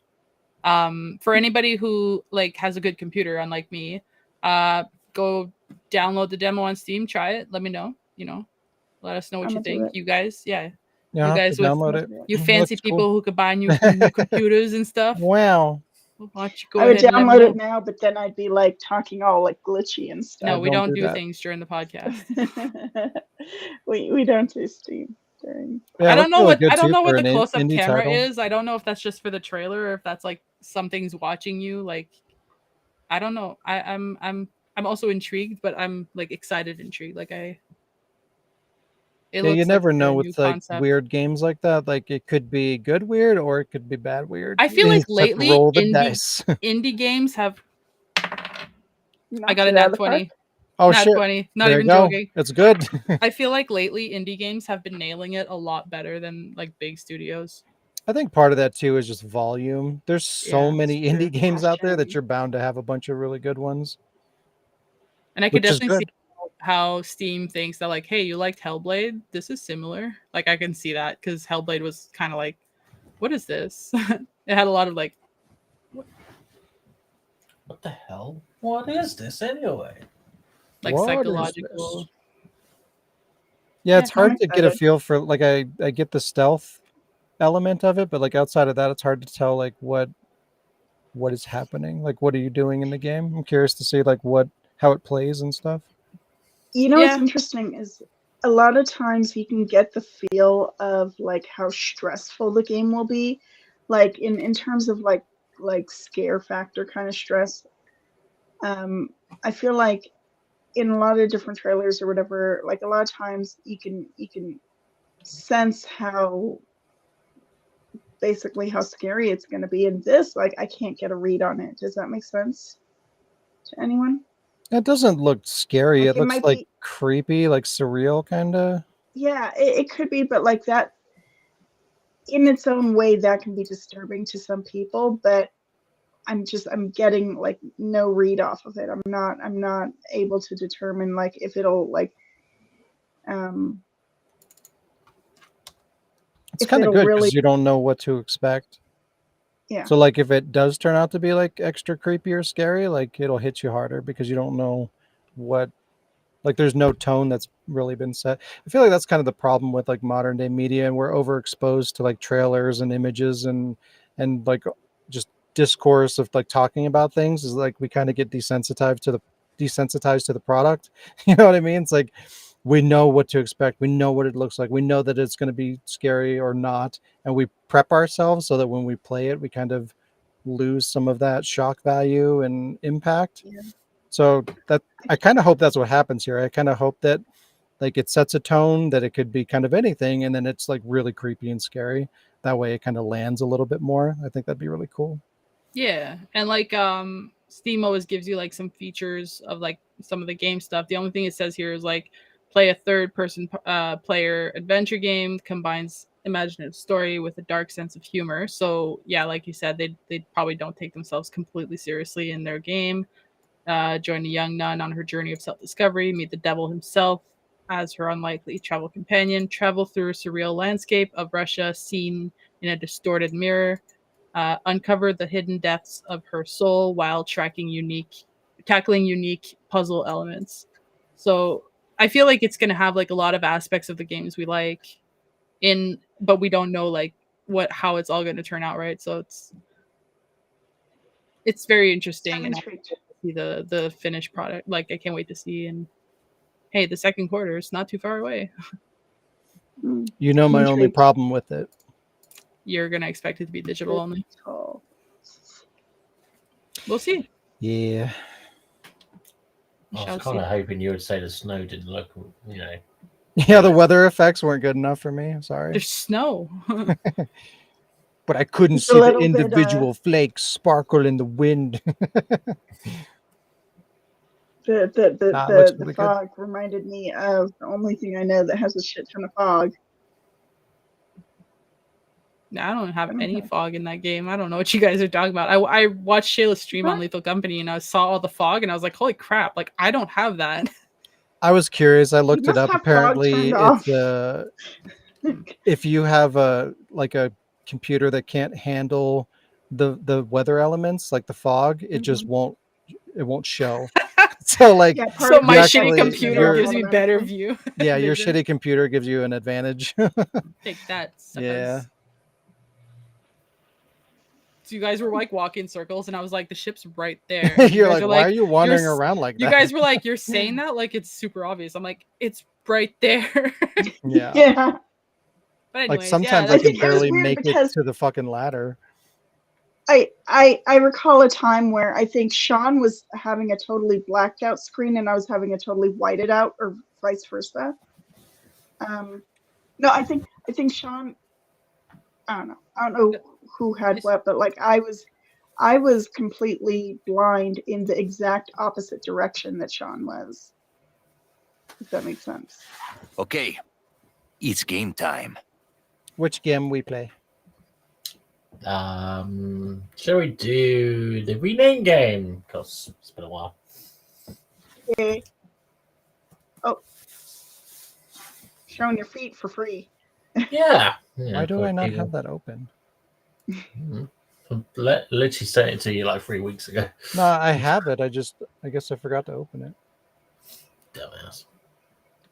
You know what? Rename All right. game. We have played this a long time ago.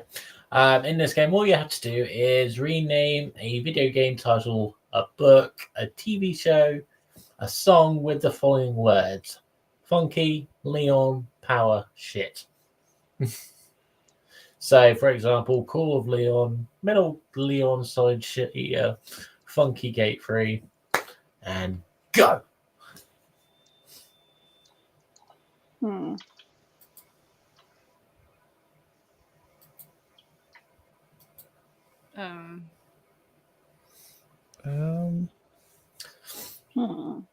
While you guys are thinking, here's some of my ideas. Leon may shit free Dante's Awakening. God of Funky Ragnarok. No power out instead of no way out. Assassin shit. Gross. Super Funky Bros Melee. What the hell is that? Oh, I got it. Leon Evolution. Yeah. Shit Simulator. Dance, Funky Leon.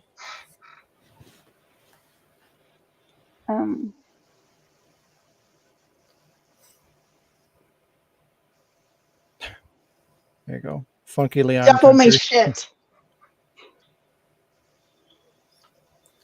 F is for Leon.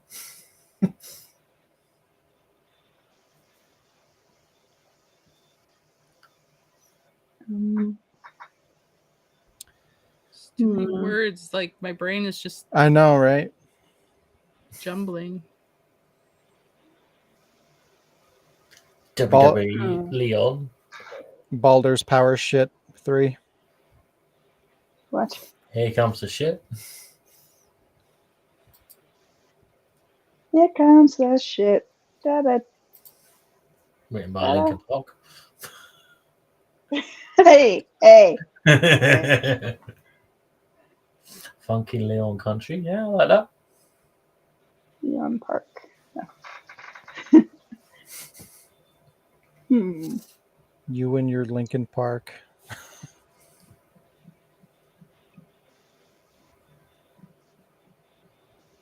Funky Leon Pro Shitter 2. 2 What? 2. Before he What gave up. is that? edition. Before he gave up edition. Yeah. Silent shit. I was gonna say Metal Gear shit, but no. Funky Hill. I know. No, there's another one. I can move to Funky Hill. Do, do, do, do, do, do, do, do, do. Funky of the Leon Raider. Land Before Leon. Solid shit. Metal Gear Solid.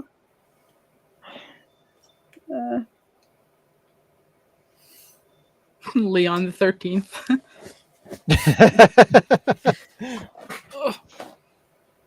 The video game. Leon of the Dead. I'm just looking at my stack of horror movies that are still there. Leon the Funky Slayer. Final Fantasy That's just 7? accurate. Shit's Row reboot. Yep. All right, let's put a pin in this. If you guys come up with some more ideas as you go, we'll carry on. But move on to next game. Yeah, I think there were too many options, like too many That's not a game. letters. Oh God. Lisa's Grand Shit 7.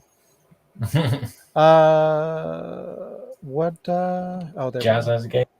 Oh, you want to go to Jazz's game next? Yeah. I don't have that other image open either. What the fuck is going on? It's because you don't have the image for that game. No. For Alex, I could have swore I opened it. Apparently, I did not. Fail. Who's that motherfucker? It's Leon. Who's that shit fucker? You know the rules. Don't have to go through them. Here we go. There's 10 today, I think, if I counted right.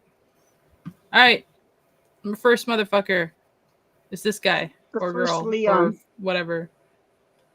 The first Leon ever. Yes. What's up with Leon's hands? Final answer. So Resident Evil 2 Leon 1. I think the word is shit, Lee. Shit, Evil What Village. the fuck? The shoulder pads or whatever the fuck that is. I don't. What? Leon doesn't have those. So I'm thinking that's a PS1 game. Yeah. Yeah. Just by blockiness of it. This is like a PS1 game. I can't tell a face from an ass. Ass? Where? I'm sticking with my decision.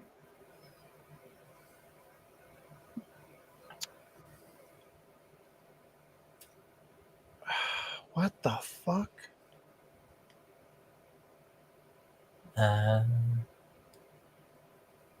What is with the hands? They're like little balls. He's got little balls. It's got tiny balls. I don't know why it's giving me fucking David from Outbreak fucking vibes. It's the damn shoulders that have me confused. I don't know. It's either like shoulder pads or like maybe a gi, but I don't know. Or was it going to be some shitty Final Fantasy character? I don't I'll think tell so. you what, it's not a Final Fantasy character. I'll tell you what, though. It's giving shirtless with a vest. I mean, you know what I mean? Like, Maybe. like Well, that's why I said a gi. Like a gi would kind of do that. Like the sleeveless comes down. yeah. It makes me think of Virtual Fighter. Mm. Virtual Fighter before they gave up. All the characters. It's all of them.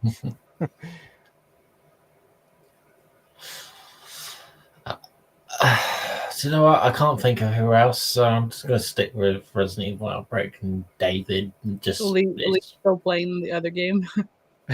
yeah.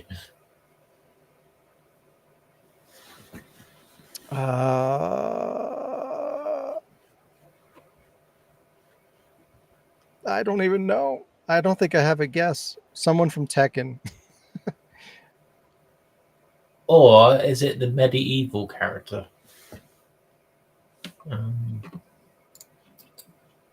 What the fuck is that guy's name? Sir Elliot? Something like that?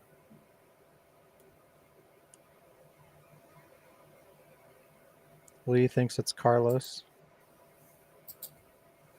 Before he had the AK? Way before he gave up. Before he had the fro. Wait, no. Oh, wait, no. I'm so silly. I was mixing up Carlos with. Never mind. I don't say anything. All right, let's call it. Yeah. Yeah, I'm not yuck.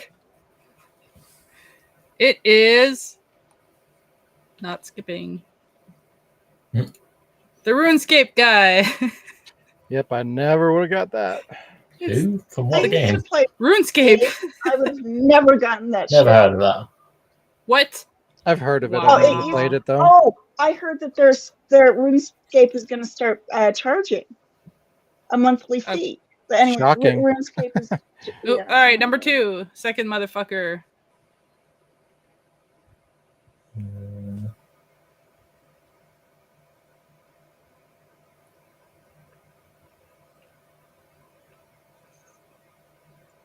No idea.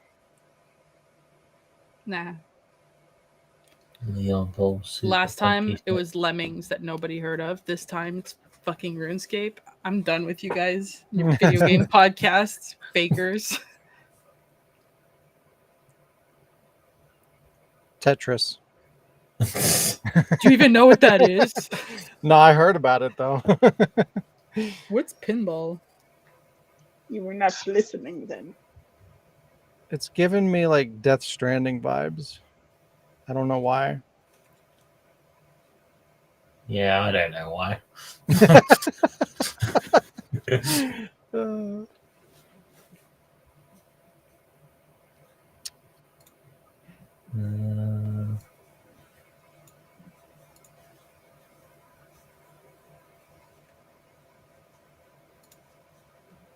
What the fuck? Adult Peter Pan. Adult Peter. Wow. I mean, kind of. From Death Stranding. Oh, yeah, no. I feel like it's going to be an NPC or some Oh, generic. I got it. It's Rick from Dino Crisis. Bing, bing. Oh. I thought the ear was like a bun. Adult Peter Pan. No, he's been cropped a little bit. Remember, I do that. Mm-hmm. I do that. All right. Third motherfucker. Sherry. What is she doing to her crotch? Is she looking at someone's like, suck it? Suck my dick.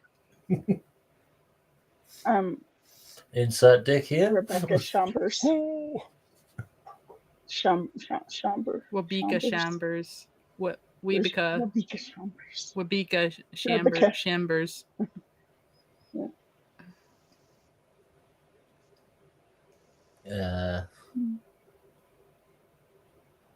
Those shoes look very 1990s, though. Yeah, the shoes are kind of throwing me off a little bit, actually. But I'm pretty sure that's her.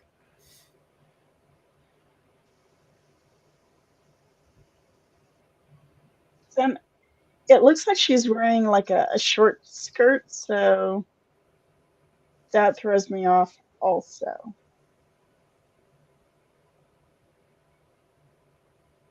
Like, is that a shirt or is that like a micro mini? Would she do 2 Dino Crisis characters in a row? I think she would.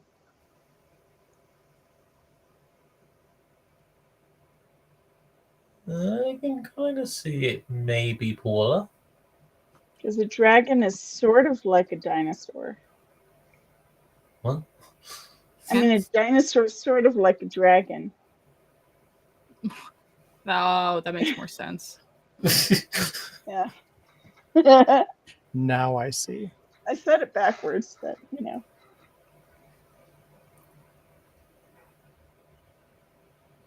Yeah, all right. I'm gonna go with Paula. Paula? Mm, So what Lee said? Yeah. Okay.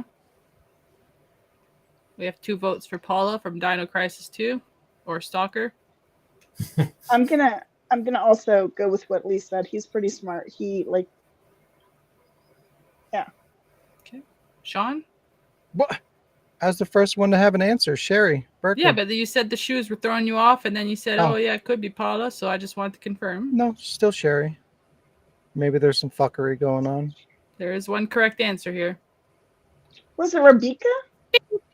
Sherry. Sherry in her RE2 outfit, which is very, very wrong. Yeah. It's funny because I thought initially it was the outfit where it's like the hospital gown. Yeah, thing. no.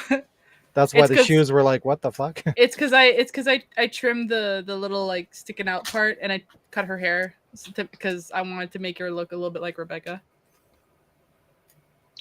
The Yeah. Sherry I remember was like 9 years old. Yeah, so that's the adult Sherry from RE6, but in her 9-year-old outfit.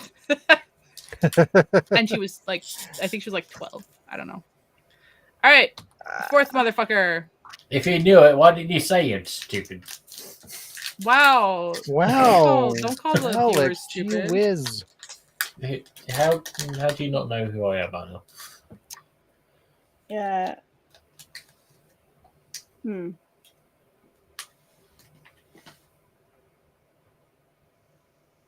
What the fuck?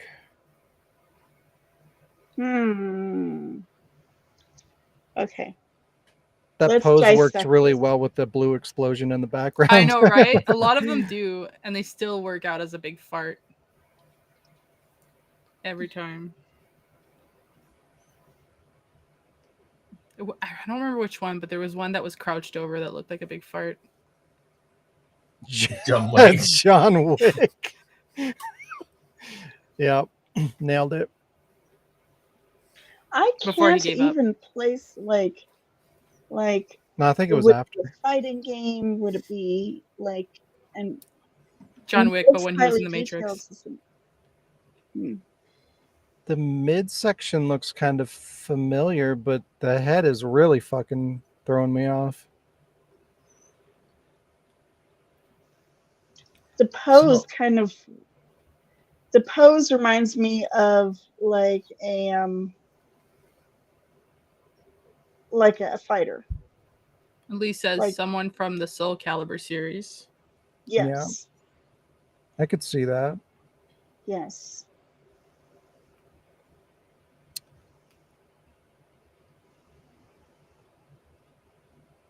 Because I could just see her like doing like one of those like her arms. It just looks like she's in like one of those yeah. Like I died in this position. No, like one of those flowy sort of like was it like drunken master or whatever it's called, like drunken something, kind of like a fighting style where they like a fighting style where their arms are all like sway and like they're Drunken monkey. drunken monkey. Drunken monkey. Maybe that's it. Is that a real thing? Yes. Okay. Drunken master.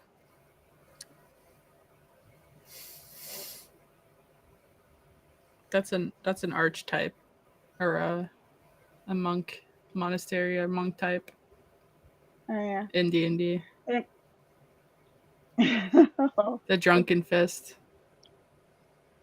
Drunken fist. Yeah.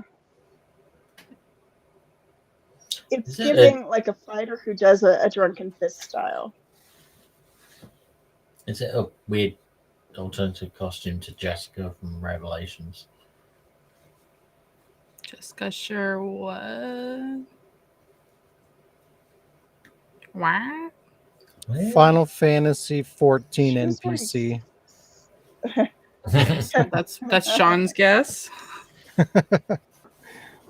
that really I your got guess? nothing. I don't know what the fuck that is. I have no idea. Do we have guesses before the reveal? I got nothing. I thought these were I'm going to be intrigued, easy. though. I am intrigued. But look at the boots real quick before you flip it over. Those are some like those like thigh-high boots that I bet you they look like those what do you call it, like Cervantes, those, you know, the 17th century pirate boots that have the fold over tops, you know? Those are God pirate damn it, boots. Michael. Them is some No. pirate boots. Wow, I got distracted. I was gonna make a different guess. Shit. Oh, this is wrong, but I'm gonna say Bayonetta. Doop, doop. The pose works. Okay. I just see pirate boots, a scarf. I have no idea who I'm looking at, but I'm excited to know the I'm answer. gonna say Michael Jackson. You know, Okay. he's only appeared in one video game. So I'm going to give the point to one person. Me. Sean. And the point is going to go to Lee. Oh wow. Ivy! We were so close. No, you weren't. Were you? Close. No, you weren't. Lee was close. He's the only one who guessed the series. I got the pirate boots, and I said Cervantes. I said like Cervantes, but not Cervantes because obviously. Yeah, that's not close But- because you. Yeah, I'm giving it to Lee. Lee gets the point. Ah! It's fair. Good job, Lee. All right. Who's this motherfucker? Who has a baseball cap that they like? Me. Constantly. Because my big head stretches on my caps. Sean. My capello. Like Is literally it, Sean with some knee pads. what the fuck is his name? Leon. From Chuck Green from Dead Rising. Yeah, I could see that. Chuck Green. Chuck Norris. I still remember when I was cosplaying Claire one time and there was a Chuck Green and we high-fived. We were like, Capcom bikers! And we just I like that. high-fived. Ken from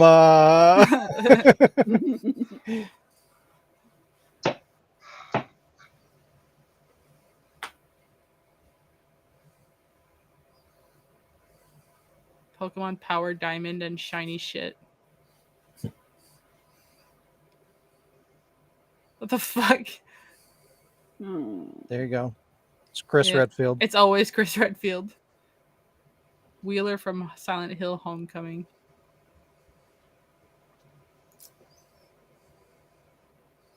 Drew Barrymore. I don't even know who that is. Is that the main character?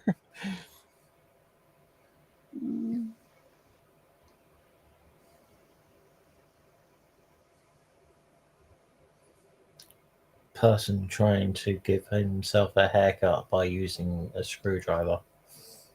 Chuck Green. Ouch. Chuck Green. Didn't say you have to be doing a good job. So do we have final guesses in?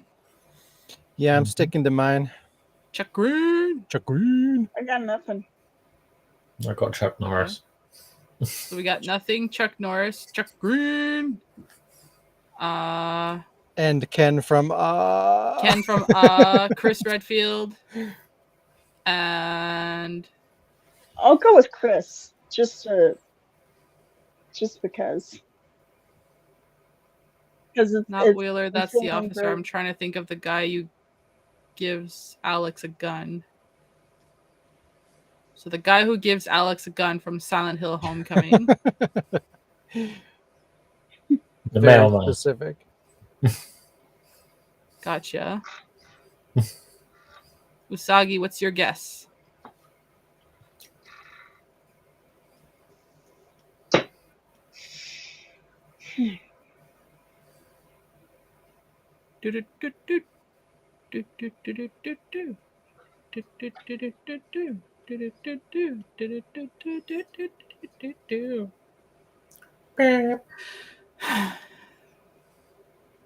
Go with 3, 2, 1. Sean, you could just tell this was a Capcom, eh? It feels very Capcom. Doesn't it? I could tell Well, also. I guess that's why you knew it was Capcom. Unfortunately, you had the wrong franchise though, because it was Pierce. Fuck Pierce off. Nevins. It's the goddamn Chuck outfit. Pierce Nevins. God damn it. Yeah. I get half a point. If you get half a point, then Michael gets half a point because he said Chris. Pierce is just baby Chris. What? I copied the Chris also. Yeah, you don't get a point for copying. Oh. Or for pasting. Who's this motherfucker? Michael, fuck! I knew this one would frustrate everybody because I was like, somebody's gonna say Chuck Green. Immediately, I get Leon vibes, but Yeah. I feel like that'd be too easy.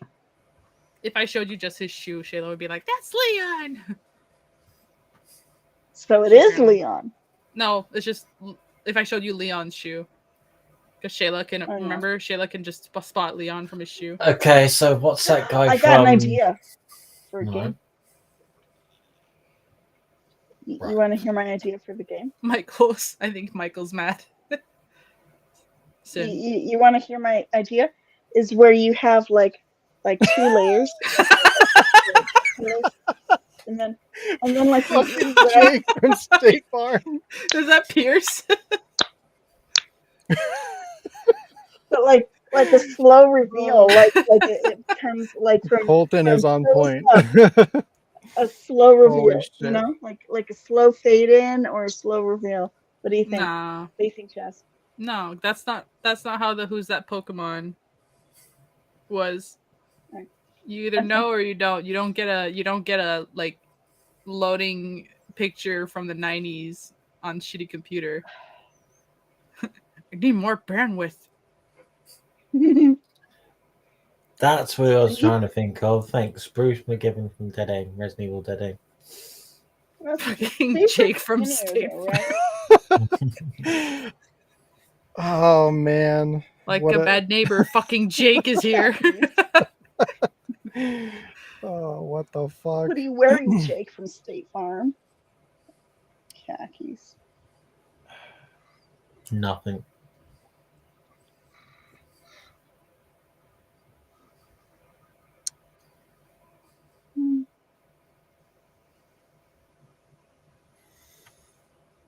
I feel like I should know this one. Yeah. Maybe. I'll go with Leon. Final answer. The dragon is staring at you. I'm gonna go with oh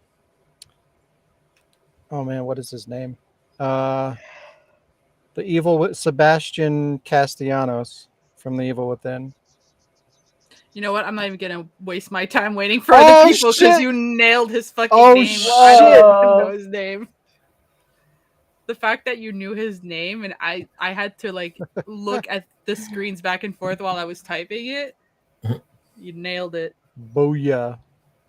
That memory though, I would have been like Evil Within guy. Evil Within guy. So like not Leon, but Leon. All right. Who's that 7 motherfucker? I I feel like I might have lost the room here. Sadler. It's a toad. After he gave up. It's like a toad, or Is this some Baldur's Gate shit? No. hmm.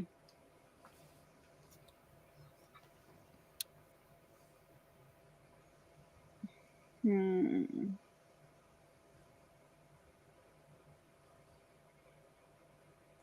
There's In- Michael's in- answer.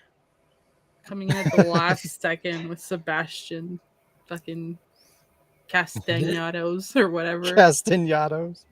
Is God it the damn it, Sean, you grandma beat me to from the Devil May Cry Castellanos. 2? I know.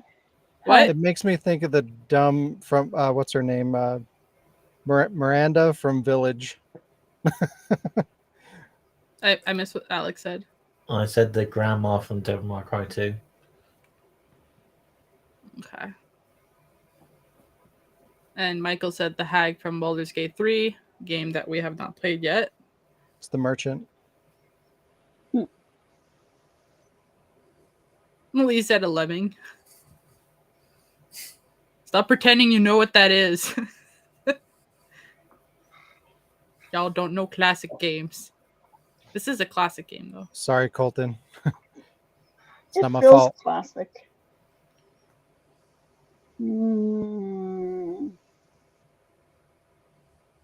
Yeah, I went into like not a lot of nature. older games for this. It's not Machen. The animal from Animal Crossing. The animal. Oh yeah, the one animal, Yeah, the one that crosses. exactly. You know what I'm talking about. Yeah.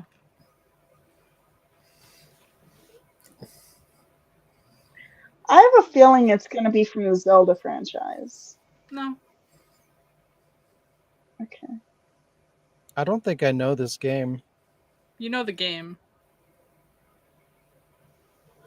Hmm.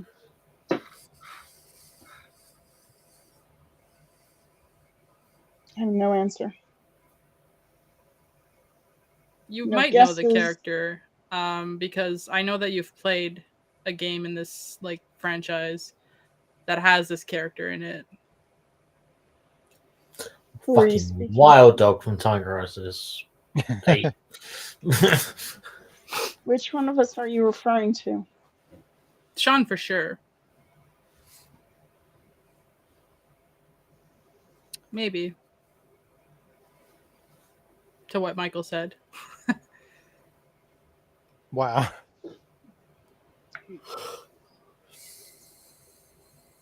Maybe he's just some character who just wants you to stay a while and listen. I mean, it's true. 3,000-year-old Kratos. Maybe. Hmm. God of War 4,000. This one was a bit of a stretch. Yeah, I got nothing. It's Mr. Deckard Cain from Diablo. Never would have got that. No. Wait, what about this motherfucker? What the Oh, that's hell? one of those Donkey Kong, Diddy Kong creatures. Lemmings. Peoples. Lemmings. The Donkey Kong Diddy Kong creatures. Carmen, what Chinese zodiac year were you born in again? Monkey. Yeah. It's a chocobo. I With a say stick. Grandpa Kong. I don't know if there is a Grandpa Kong because I never played it, but I'm locking in Grandpa Kong. Humpty Dumpty. That's not a bad Before he shout, got on the actually, wall. Sean. Is that the old fucking monkey thing from DK? I mean, that's essentially what I said. What the fuck?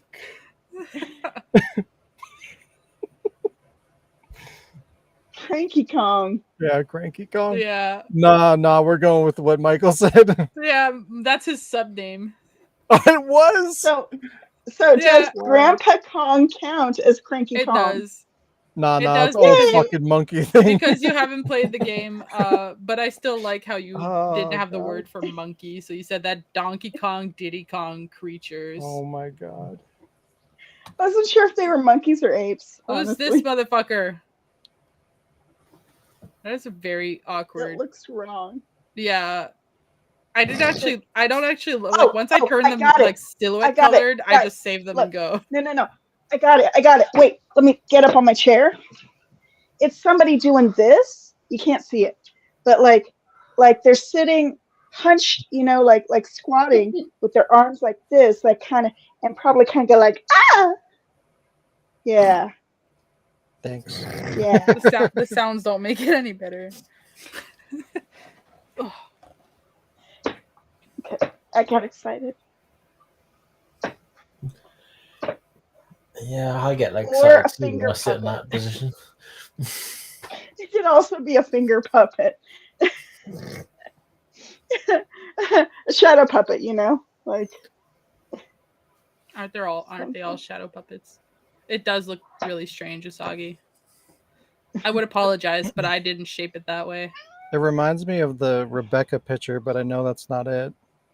I feel Oh, like yeah. it might be it. A gargoyle. What the fuck is that? Yo, Colton coming in with the one-liners today. Fucking Jake from State Farm. Oh God. Well, Jake sounds hideous. That's funny. Actually, that entered my mind. Quiet from MGS. Why assume do he I meant get the quiet. feeling it's Claire? Just like she's staring down a gun. But I can't explain her legs. Somebody taking a shit. Nobody can explain Claire's legs. In I've Dark Side never seen Chronicles, they Claire grew like squatting 3 like that, sizes though. longer. That I've never bioweapon seen in Resident Claire- Evil Outbreak File 2 that absorbs the tyrant through its ass. Sounds like Ashley. Oh, no, Outbreak. I wouldn't know. Ashley.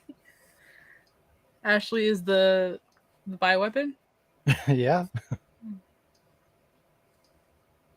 She absorbs the bear traps with her ass. Ashley. What the fuck? Who the fuck? Rebecca, final answer. Okay. We have one Rebecca, Claire Redfield. one Claire Redfield.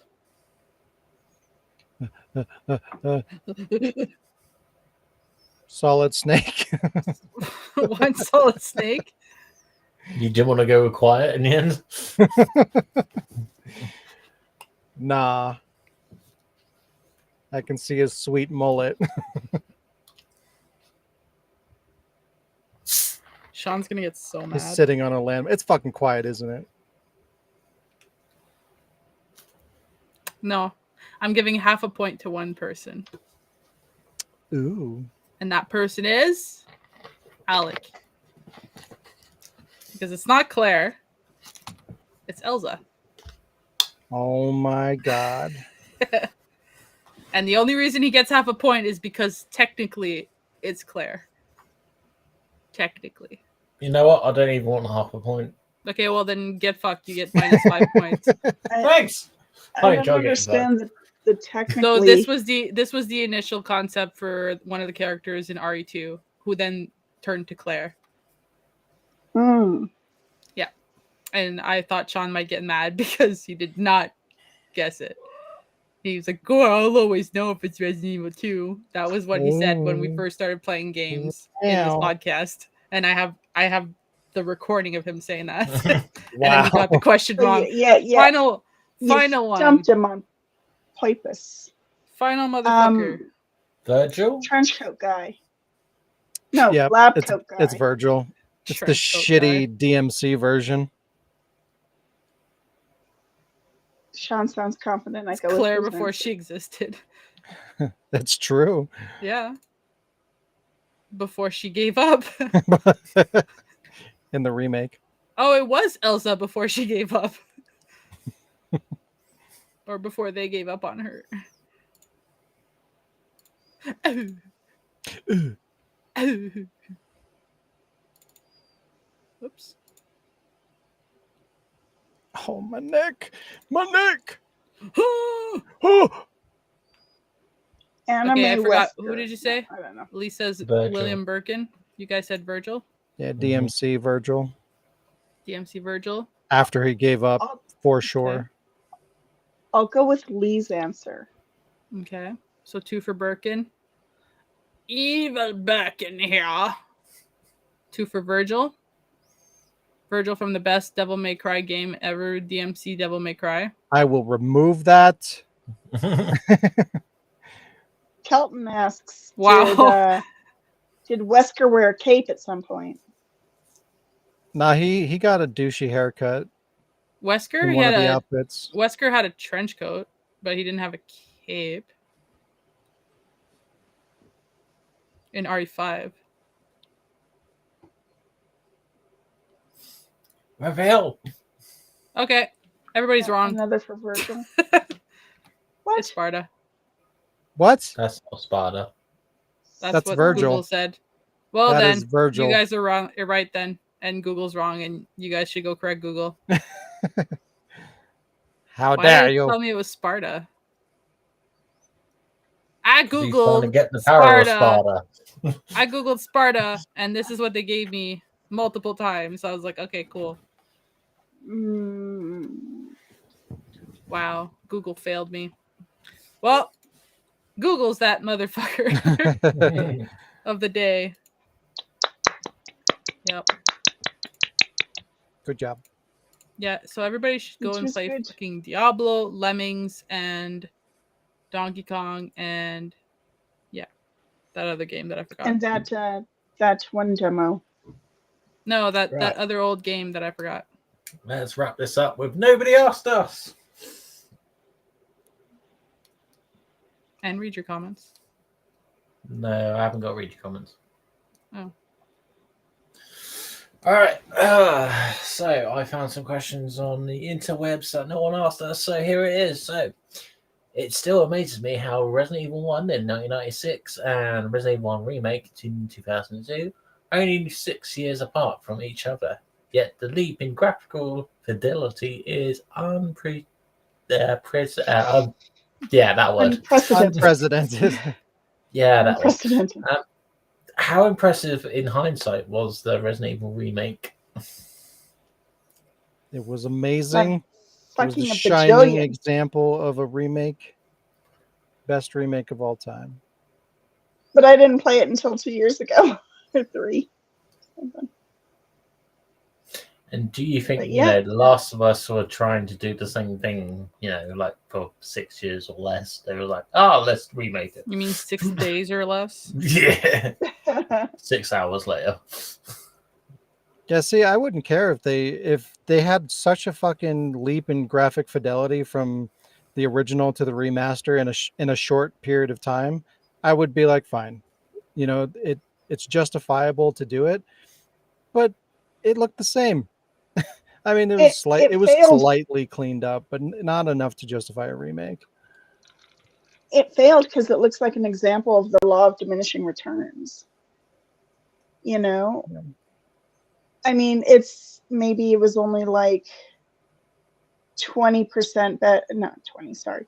Like maybe it was only like 30, 40, 50% better when you would expect it to be like 200% better. Or It's like you know. 10% better.